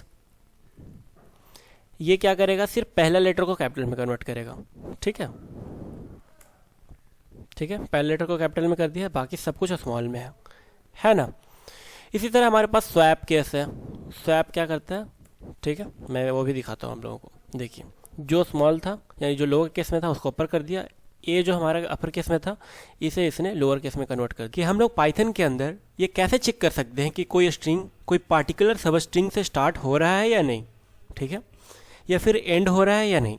तो इसके लिए हमारे पास दो मेथड्स हैं। स्टार्ट विथ यूज किया जाता है चेक करने के लिए कि हमारा स्ट्रिंग किसी पार्टिकुलर स्ट्रिंग से स्टार्ट हो रहा है या नहीं। एंड विथ का इस्तेमाल हम लोग ये चेक करने के लिए कर सकते हैं कि अगर कोई स्ट्रिंग कोई पार्टिकुलर टेक्स्ट से एंड हो रहा है या नहीं। जैसे कि हाउ आर यू, मैंने एक स्ट्रिंग लिखा, तो मैं चेक कर सकता हूँ कि क्या ये सेंटेंस यू से टर्मिनेट हो रहा है या नहीं, ठीक है। तो उस जगह पे हम लोग यूज़ कर सकते हैं एंड्स विथ का, ठीक है। तो इसका इस्तेमाल हम लोग रियल लाइफ में कहाँ कर सकते हैं, इसका इस्तेमाल कई जगह पे हो सकता है। जैसे आप कोई फाइल अपलोड के लिए एक प्रोग्राम बनाए हैं, ठीक है, जहाँ पर आप यूजर से फाइल को इंपोर्ट लेना चाहते हैं, ठीक है, फाइल को इंपोर्ट, जैसे कि वो MP3 फाइल हो या फिर JPG फाइल हो, ठीक है। तो उस दौरान आप चेक कर सकते हैं कि क्या यूज़र का फाइल नेम एंड्स हो रहा है .jpg से। तो इसका सिंटेक्स कुछ इस तरह से है, हमारा स्ट्रिंग होगा यहाँ पर, उसके बाद हम लोग लिखेंगे स्टार्ट विथ, ये हमारे मेथड का नाम है। इसके बाद हम लोग यहाँ पर स्ट्रिंग डालेंगे जिसे हम लोग चेक करना चाहते हैं कि क्या इस पार्टिकुलर स्ट्रिंग से ये स्ट्रिंग स्टार्ट हो रहा है या नहीं। इसी तरह एंड विथ में क्या होता है, हम लोग चेक करेंगे कि क्या हमारा स्ट्रिंग, ये जो स्ट्रिंग है, क्या वो एंड हो रहा है इस स्ट्रिंग से या नहीं। चलिए इसका प्रैक्टिकल देख लेते हैं, तो ये टॉपिक आप लोगों को क्लियर हो जाएगा। ऑलराइट, हमारे पास ये एक स्ट्रिंग है, ठीक है, ये एक स्ट्रिंग है। अब मैं चाहता हूं कि क्या ये सेंटेंस आई से स्टार्ट हो रहा है, तो हम लोग ये इसे कैसे चेक कर सकते हैं। मैं यहाँ लिखता हूँ print of sentence dot starts with. आप इस बात का ख्याल रखिए कि यहाँ पर एस देना जरूरी है, स्टार्ट विद नहीं, स्टार्ट्स विद, ठीक है, स्टार्ट्स विद लिखना है, स्टार्ट्स विद। और यहाँ पर स्ट्रिंग पास करेंगे जिसे हम लोग चेक करना चाहते हैं। मैं चाहता हूँ कि क्या ये आई से स्टार्ट हो रहा है, अगर ये आई से स्टार्ट होगा तो हम लोगों को ट्रू मिलेगा आउटपुट, ठीक है। मैं इसे करता हूँ सेव और इस प्रोग्राम को करता हूँ एग्जीक्यूट। आप देख सकते हैं यहाँ पर ये ट्रू आउटपुट दे रहा है, ठीक है। इसी तरह अगर मैं यहाँ पर चेक कर सकता हूँ कि क्या ये सेंटेंस स्टार्ट हो रहा है यू से, नहीं, यू से तो स्टार्ट नहीं हो रहा है, इसलिए यहाँ पर क्या आएगा आउटपुट, फॉल्स आएगा, ठीक है, आउटपुट आ रहा है फॉल्स। इसी तरह हम लोग यूज कर सकते हैं एंड्स विथ का। एंड्स विथ भी ऐसा ही काम करता है, ठीक है। एंड्स विथ में हम लोग चेक कर सकते हैं कि क्या ये स्ट्रिंग एंड हो रहा है यू से, तो हाँ आपको दिखाई दे रहा है यहाँ पर ये यू से ही खत्म हो रहा है, तो यहाँ पर क्या आएगा आउटपुट, यहाँ पे ट्रू आएगा आउटपुट, ठीक है। मैं करता हूँ इसे एग्जीक्यूट और आप देख सकते हैं इसका आउटपुट आ रहा है ट्रू। ओके, तो हम लोग मूव करते हैं नेक्स्ट टॉपिक की तरफ, जहाँ पर हम लोग चेक करेंगे कि हम लोग स्ट्रिंग के अंदर अपने कैरेक्टर्स का टाइप कैसे पता कर सकते हैं, कि वो एक अल्फा न्यूमेरिक टाइप है या फिर वो एक डिजिट है या फिर वो लोअर केस में लिखा हुआ है या अपर केस में लिखा हुआ है। इस एलनम हम लोगों को ट्रू रिटर्न करेगा अगर इसके कैरेक्टर्स अल्फा न्यूमेरिक हुए तो। इसी तरह इज अल्फा, अगर हमारे स्ट्रिंग के अंदर सारे के सारे कैरेक्टर सिर्फ अल्फ़ाबेट हुए तो ये ट्रू रिटर्न करेगा, अदरवाइज फॉल्स। इसी तरह डिजिट, आप लोगों को तो ये नाम से ही पता चल जा रहा होगा कि इन मेथड का क्या यूज़ है। इस डिजिट ट्रू रिटर्न करेगा अगर सारे कैरेक्टर्स डिजिट हुए। इसी तरह लोअर, अगर सारे के सारे कैरेक्टर्स लोअर केस के हुए तो हम लोगों को ट्रू रिटर्न करेगा। इसी तरह है is upper, is title and is space, ठीक है। इज स्पेस हम लोग को ट्रू रिटर्न करता है अगर स्ट्रिंग के अंदर सिर्फ और सिर्फ स्पेस अवेलेबल हो, उसके अलावा अगर कुछ भी और अवेलेबल हो जाए तो वो हम लोगों को रिटर्न करेगा फॉल्स। ओके, तो चलिए इनका प्रैक्टिकल देख लेते हैं जल्दी से। ओके, यहाँ पर हमारे पास कुछ स्ट्रिंग्स हैं। मैं एक एक करके उन सारे मेथड्स का यूज करूँगा और दिखाऊंगा आप लोगों को कि उन मेथड्स का क्या यूज है और वो क्या आउटपुट देते हैं। ठीक है, मैं प्रिंट करता हूँ। प्रिंट इज अल्फा हम लोगों को क्या बताता है? ये बताता है कि क्या स्ट्रिंग के अंदर, इस स्ट्रिंग के अंदर सारे के सारे कैरेक्टर अल्फ़ाबेट हैं। तो हाँ, आप लोगों को दिखाई दे रहा है स्ट्रिंग 1 के अंदर सारे के सारे कैरेक्टर्स अल्फ़ाबेट ही हैं। यहाँ पे क्या आना चाहिए? आउटपुट आना चाहिए ट्रू। ठीक है, इसी तरह अगर मैं चेक करता हूँ स्ट्रिंग 6 के अंदर कि सारे के सारे अल्फ़ाबेट हैं या नहीं, अगर मैं यहाँ लिखता हूँ स्ट्रिंग 6, अभी क्या आना चाहिए? आउटपुट फॉल्स आना चाहिए, क्योंकि आप देख सकते हैं यहाँ पर अल्फ़ाबेट भी है और साथ ही साथ में डिजिट्स भी हैं, तो यहाँ पे आउटपुट आएगा फॉल्स। ठीक है, फॉल्स आ रहा है आउटपुट। इसी तरह हमारे पास एक और मेथड है हमारे पास, जहाँ पे हम लोग चेक करते हैं upper case. Is upper case, upper is upper title check करता है, हर एक वर्ड का फर्स्ट लेटर कैपिटल होना चाहिए। अभी क्या आएगा आउटपुट? अभी आएगा फॉल्स। ठीक है, ये तो सारा का सारा अपर है, ये इसमें आना चाहिए ट्रू, क्योंकि ये क्या है? एक टाइटल केस लिखा हुआ है। अगर मैं यहाँ लिखता हूँ स्ट्रिंग 3, अभी मैं अगर इसे एग्जीक्यूट करूँगा तो क्या आएगा? आउटपुट ट्रू आएगा। ठीक है, ट्रू आ रहा है। अगर मैं चेक करता हूँ स्ट्रिंग 5 के अंदर, अभी क्या आएगा आउटपुट? स्ट्रिंग 5 के अंदर अभी आना चाहिए फॉल्स। ठीक है, इसी तरह हमारे पास है स्पेस, कि क्या सारे के सारे कैरेक्टर स्पेस है या कुछ और भी है। आप देख सकते हैं स्ट्रिंग 5 के अंदर सिर्फ स्पेस है, हम लोगों के पास सिर्फ और सिर्फ स्पेस है। आउटपुट क्या आएगा? ट्रू आएगा। आउटपुट ट्रू आ रहा है। अगर मैं चेक करता हूँ स्ट्रिंग 3 के अंदर, आउटपुट क्या आएगा? फॉल्स। ठीक है, अगर मुझे चेक करना हो कि क्या स्ट्रिंग 7 एक अल्फा न्यूमेरिक स्ट्रिंग है, तो नहीं, ये अल्फा न्यूमेरिक स्ट्रिंग नहीं है, और इसके लिए हम लोग कौन सा मेथड यूज करेंगे? इज एलनम। अभी ये स्ट्रिंग 7 अल्फा न्यूमेरिक है? हाँ बिल्कुल है। इसके अंदर ये अल्फ़ाबेट होना चाहिए या नंबर होना चाहिए? यहाँ पर नंबर तो है, इसलिए आउटपुट क्या आएगा? ट्रू आएगा। ठीक है, ट्रू आ रहा है। अगर मैं चेक करूँ 6 को, str6, तो क्या आएगा आउटपुट? अभी भी आउटपुट आएगा ट्रू। ठीक है, क्योंकि इसके अंदर या तो अल्फ़ाबेट है या नंबर है। ठीक, इसके अलावा और कुछ भी नहीं है। यहाँ पे ट्रू आ जाएगा आउटपुट।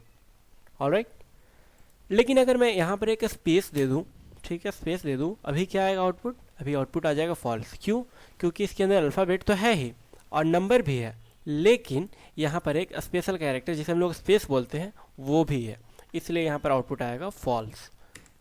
ठीक है, तो मुझे उम्मीद है आप लोगों को ये सारा मेथड अच्छे से समझ में आ गया होगा। तो अब हम लोग मूव करते हैं नेक्स्ट टॉपिक की तरफ, जहाँ पे हम लोग डिस्कस करेंगे कि हम लोग स्ट्रिंग को फॉर्मेटिंग कैसे कर सकते हैं। स्ट्रिंग का फॉर्मेटिंग कैसे कर सकते हैं? स्ट्रिंग का फॉर्मेटिंग मतलब ऐसा समझ लिए कुछ कि हमारे पास कुछ वेरिएबल्स है, ठीक है, और उनका वैल्यू भी मैं अगर स्ट्रिंग के अंदर दिखाना चाहता हूँ तो वो कैसे दिखाएंगे, तो मैं भी आप लोगों को बताता हूँ। इसके लिए हमारे पास दो तरीका है, या तो हम फॉर्मेट फंक्शन का, या तो हम लोग फॉर्मेट मेथड का इस्तेमाल कर सकते हैं, या फिर रिप्लेसमेंट ऑपरेटर का इस्तेमाल कर सकते हैं। ये आपके ऊपर डिपेंड करता है। मुझे तो रिप्लेसमेंट ऑपरेटर बहुत पसंद है।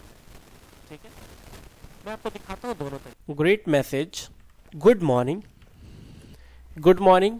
और उसके बाद मैं इसे भी इस्तेमाल करना चाहता हूँ और इसे भी इस्तेमाल करना चाहता हूँ, तो मैं ये कैसे लिख सकता हूँ? मैं यहाँ पर कनकटेनेशन कर सकता हूँ। ठीक है, कनकटेनेशन यहाँ पे किया मैंने फर्स्ट नेम, उसके बाद मुझे यहाँ पे करना हो कनकटेनेशन लास्ट नेम। ठीक है, लास्ट नेम। ठीक है, अब मैं अगर प्रिंट करना चाहूँगा, प्रिंट ग्रेट मैसेज। ठीक है, अभी क्या आएगा आउटपुट? अभी आउटपुट आएगा गुड मॉर्निंग अल्ताफ़ हुसैन, लेकिन अल्ताफ़ और हुसैन के बीच में कोई भी स्पेस नहीं होगा। मैं आपको दिखाता हूँ। ठीक है, गुड मॉर्निंग अल्ताफ़ हुसैन। अगर मैं इसके बीच में स्पेस भी लाना चाहता हूँ तो वो कैसे कर सकते हैं? मैं यहाँ पर एक स्पेस लिख दूंगा, ठीक है, और फिर इसे भी कनकटेनेट कर दूंगा। ऑलराइट, अभी क्या आएगा आउटपुट? अभी आउटपुट आ जाएगा good morning Altaf Hussain proper way में। ठीक है, सॉरी मैंने यहाँ पे स्पेस नहीं दिया था। ठीक है, हाँ, अभी क्या आ जाएगा output? Good morning Altaf Hussain proper way में। Alright, good morning Altaf Hussain, सही है। अब हम लोग देखेंगे कि यही काम हम लोग शॉर्ट वे में कैसे कर सकते हैं, यानी विदाउट कंकैटेनेशन कैसे कर सकते हैं with the help of string formatting. अभी देखिए थोड़ा सा रीडेबिलिटी इसका कम हो जा रहा है। यहाँ पर गुड मॉर्निंग लिखा हुआ है, फिर से कंकैटिनेट किया हुआ है, फिर इस तरह से लिखा हुआ है, तो थोड़ा सा रीडेबिलिटी इसका डाउन हो जा रहा है इस कोड का। ठीक है, तो इसे हम लोग प्रॉपर वे में कैसे लिख सकते हैं, हम लोग इसके जगह पे कुछ इस तरह से लिख सकते थे, गुड मॉर्निंग। उसके बाद हम लोग यहाँ पर रिप्लेसमेंट ऑपरेटर का इस्तेमाल करेंगे और फिर लिखेंगे डॉट फॉर्मेट और यहाँ पर अपने वेरिएबल को पास कर देंगे। ठीक है, तो ये क्या हो जाएगा, यहाँ पर good morning Altaf Hussain proper way में दिखाई देगा। अभी देखिए मैं अगर इसे एग्जीक्यूट करता हूँ तो मुझे यहाँ पर मैसेज आ रहा है गुड मॉर्निंग अल्ताफ हुसैन। अगर आप ये भूल जाते हैं कि किस जगह पे क्या लिखना है तो उसके लिए हम लोग यूज़ कर सकते हैं कीवर्ड्स का। मैं यहाँ लिखता हूँ एफ नेम, ठीक है, और यहाँ पर मैं लिखता हूँ एल नेम। अब मैंने यहाँ पर एक कीवर्ड पास कर दिया है तो मुझे ज़रूरी नहीं है कि मैं इसी ऑर्डर में यहाँ पर वैल्यू को पास करूँ, मैं इसे आगे पीछे भी लिख सकता हूँ with the help of keyword argument. L name equal last name और मैं एफ नेम इक्वल लिख दूंगा फर्स्ट नेम। ठीक है, अब अगर इसे एग्जीक्यूट करेंगे तो क्या आएगा आउटपुट, इसे एग्जीक्यूट करेंगे तो अभी भी वही आउटपुट आएगा गुड मॉर्निंग अल्ताफ हुसैन। लेकिन देखिए यहाँ पर भी ये कोड का रीडेबिलिटी डाउन हो जा रहा है, मतलब किस तरह से लिखना पड़ रहा है मुझे। हम लोग इसे और भी ज़्यादा इजी वे में लिख सकते हैं। ठीक है, वो कैसे, जो कि मेरा फेवरेट भी है, मैं आप लोगों को बताता हूँ। मुझे ये सब लिखने का बिल्कुल भी ज़रूरत नहीं है। मैं यहाँ पर इस स्ट्रिंग से पहले लिख दूंगा एफ मतलब होता है फॉर्मेटिंग। ठीक है, मैं इस स्ट्रिंग को फॉर्मेट करना चाहता हूँ, ऐसा मैं इसे बता रहा हूँ।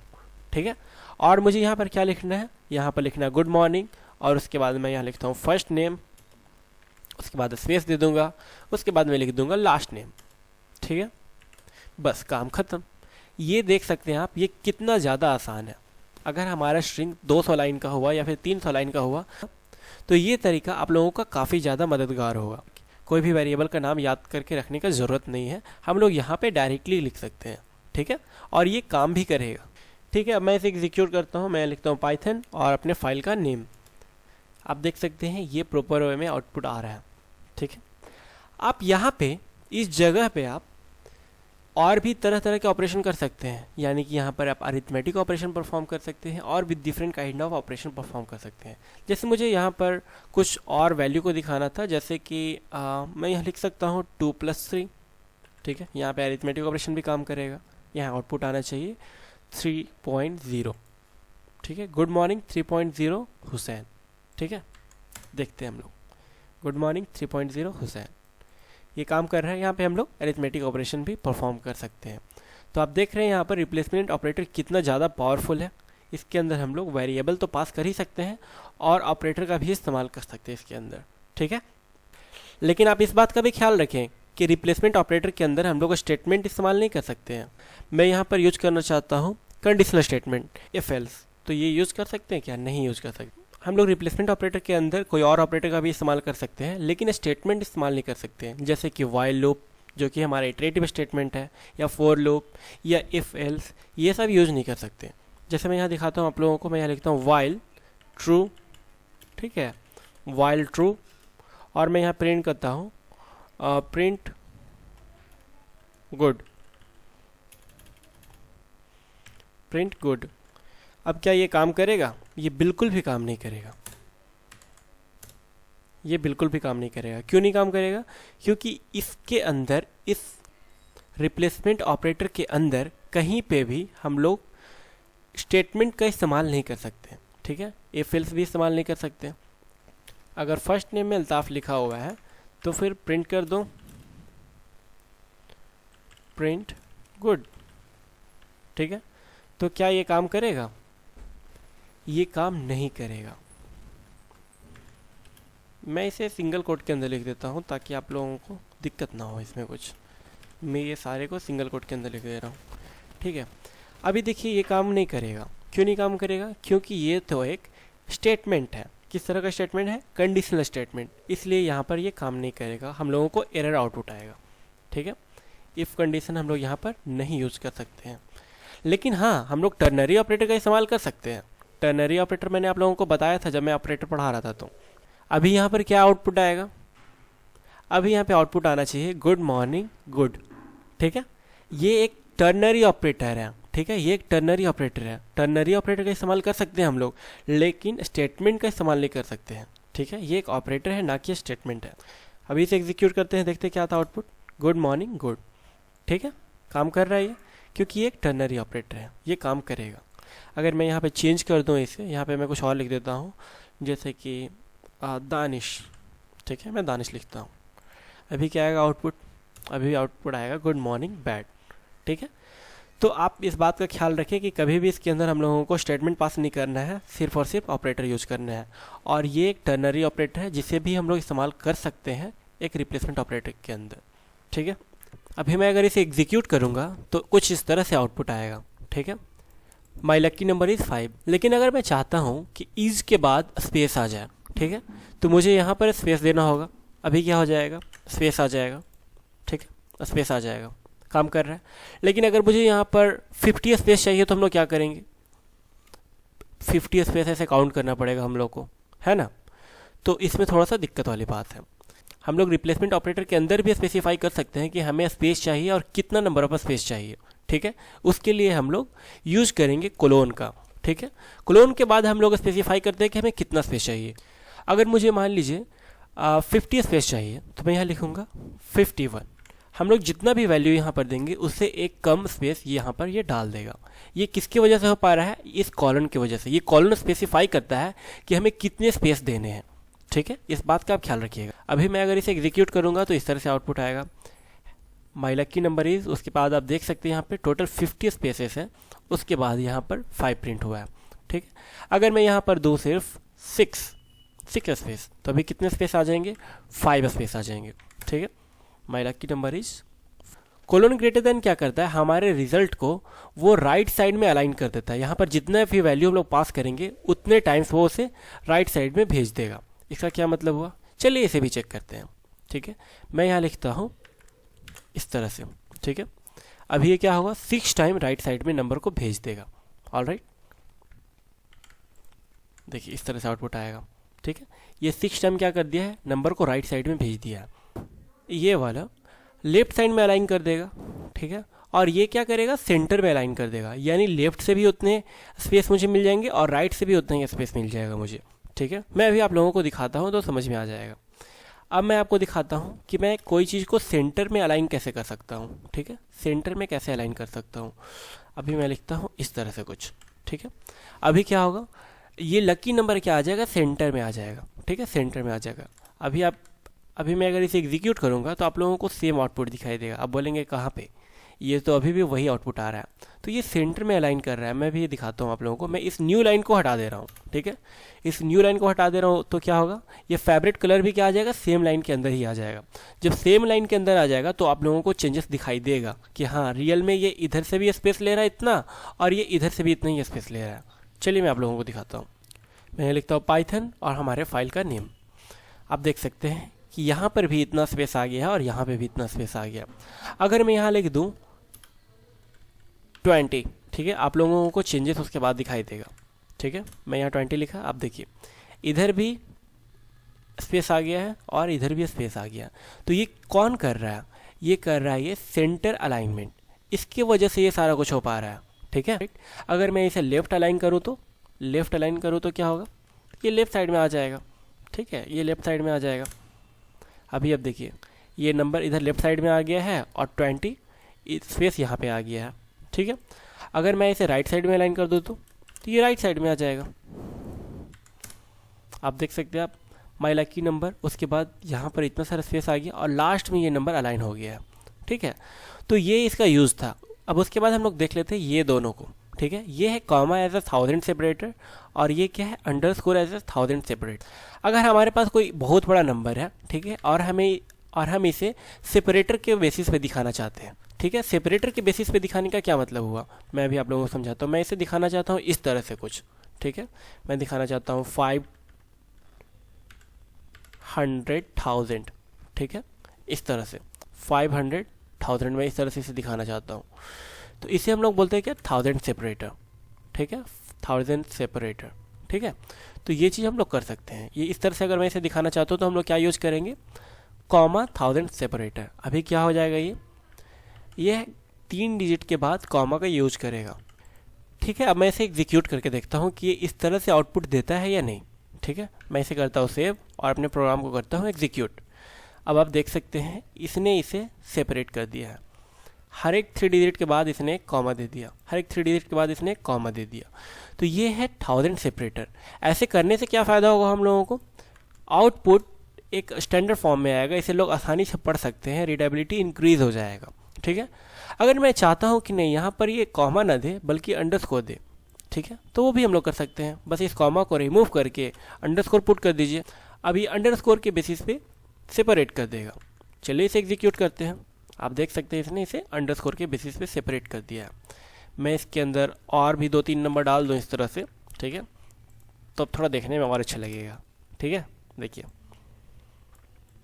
ये एक इंटरनेशनल नंबर सिस्टम है, ठीक है ना। 1, 10, 100, 1000, 10,000, 100,000, मिलियन, 10 मिलियन, 100 मिलियन, इस तरह से बिलियन एंड ट्रिलियन, इस तरह से चलता जाएगा ये। तो ये इंटरनेशनल नंबर सिस्टम के बेसिस पे सेपरेट करता है। ठीक है, इसी को बोलते हैं हम लोग 1000 सेपरेटर। मुझे उम्मीद है आप लोगों को ये अच्छे से समझ में आ गया होगा। अब देखिए, आप किसी नंबर को बाइनरी फॉर्मेट में भी दिखा सकते हैं, डेसिमल फॉर्मेट में भी दिखा सकते हैं, ठीक है, ऑक्टल फॉर्मेट में, हेक्साडेसिमल के फॉर्मेट में, सब फॉर्म में दिखा सकते हैं। उसके लिए हम लोग को यूज करना होगा बी, ठीक है, B for binary, D for decimal, O for octal, ठीक है, और इसी तरह एक्स फॉर हेक्साडेसिमल। ठीक है, तो चलिए इन सबको भी देख लेते हैं हम लोग। ठीक है, हमारे पास 10 है, मैं चाहता हूँ 10 को बाइनरी फॉर्म में दिखाया जाए। ठीक है, तो हम लोग क्या यूज करेंगे, हम लोग यहाँ यूज करेंगे बी। अभी क्या होगा, 10 बी में, अभी क्या होगा, 10 बाइनरी फॉर्म में हम लोगों को दिखाई देगा। ठीक है, बाइनरी ऑफ 10 क्या होता है, 1010। ठीक है, अगर मैं कोई और नंबर ले लूँ, जैसे मैंने ले लिया 8, अभी 8 का बाइनरी क्या होता है, 1000। आप देख सकते हैं माई लक्की नंबर इज़ 1000। अब मैं इसे हेक्साडेसिमल के फॉर्म में प्रिंट करना चाहता हूँ तो मैं लिख दूंगा x। ठीक है, अब ये हेक्साडेसिमल के फॉर्म में प्रिंट कर देगा। f, अगर मैं यहाँ लिख देता हूँ o, तो ये इसे ऑक्टल फॉर्म में यहाँ पे प्रिंट करेगा। ठीक है, ऑक्टल फॉर्म में प्रिंट कर देगा। आप देख सकते हैं ऑक्टल फॉर्म में 15 को हम लोग 17 करते हैं। अभी देखिए हम लोग c यूज कर सकते हैं। c का क्या यूज है, convert the value into the corresponding unique code character. ठीक है, जो भी वैल्यू रहेगा उसे वो यूनिक कोड कैरेक्टर के फॉर्म में प्रिंट कर देगा। ठीक है, इसी तरह ई फॉर साइंटिफिक फॉर्मेट। ठीक है, अब देख लेते हैं डॉट का यूज़। अब हम लोग इसका एग्जांपल देख लेते हैं।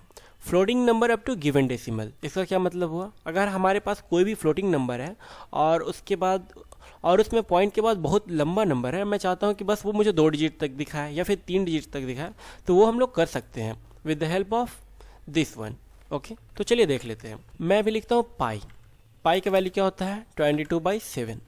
ठीक है, उसके बाद मैं प्रिंट करता हूँ पाई का वैल्यू, प्रिंट ऑफ पाई। अभी क्या आएगा आउटपुट, आप देख लीजिए, बहुत बड़ा नंबर मुझे दिखाई दे रहा है, 3.142857 एंड सो ऑन। ठीक है, बहुत बड़ा नंबर है। तो मैं चाहता हूँ कि पॉइंट के बाद इतना सारा वैल्यू ना दिखाए, मुझे सिर्फ 2 डेसिमल वैल्यू तक ये दिखाए। तो हम लोग वो कैसे कर सकते हैं, वो भी हम लोग स्ट्रिंग फॉर्मेटिंग के थ्रू कर सकते हैं। मैं यहाँ लिखता हूँ, यहाँ पे हम लोग यूज करेंगे रिप्लेसमेंट ऑपरेटर का, और यहाँ लिखेंगे पाई का वैल्यू कहाँ तक चाहिए हम लोग को, 2 तक चाहिए, तो 2 फ्लोटिंग पॉइंट। ठीक है, 2 फ्लोटिंग पॉइंट। अभी देखिए आउटपुट क्या आता है, value of pi up to 2 decimal point 3.14 आ रहा है ना, 3.14। अगर मैं 3 डिजिट तक ले जाऊँ तो ये 3 डिजिट तक प्रिंट कर देगा। ठीक है, फिर से मैं इसे एग्जीक्यूट करता हूँ। आप देख सकते हैं इस बार ये 3 डिजिट तक चला गया है, 143। अगर मैं यहाँ से f रिमूव कर दूँ तो ये कहाँ तक देगा वैल्यू, ये हम लोगों को 2 डिजिट तक देगा, जो भी यहाँ पे नंबर रहेगा उससे एक कम तक। ओके, तो चलिए इसे एग्जीक्यूट करके देख लेते हैं। अभी ये 2 डिजिट तक वैल्यू देगा, इसे एग्जीक्यूट करते हैं। आप देख सकते हैं 3.14, मैंने यहाँ 3 लिखा है इसलिए इसने 3 - 1 दैट इज़ 2, 2 डिजिट तक इसने वैल्यू दिया। अगर मैं यहाँ लिखता हूँ 5, तो ये कहाँ तक देगा वैल्यू हम लोगों को, ये देगा 5 - 1 दैट इज़ 4, 4 डिजिट तक ये वैल्यू देगा। ठीक है, आप देख सकते हैं ये 4 डिजिट तक वैल्यू दिया इसने। ठीक है, इसी तरह हमारे पास ई एंड सी देख लेते हैं। ई और सी का क्या यूज है, हमारे पास एक नंबर है, मैंने लिखा 87। ठीक है, 87, और मैं यहाँ लिखता हूँ पाई ई। ठीक है, पाई ई।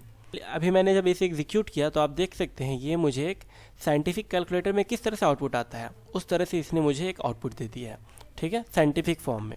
अगर आप इसे यूनिकोड के फॉर्म में देखना चाहते हैं तो हम लोग यहाँ यूज करेंगे सी। ठीक है, मैं इसे करता हूँ एग्जीक्यूट।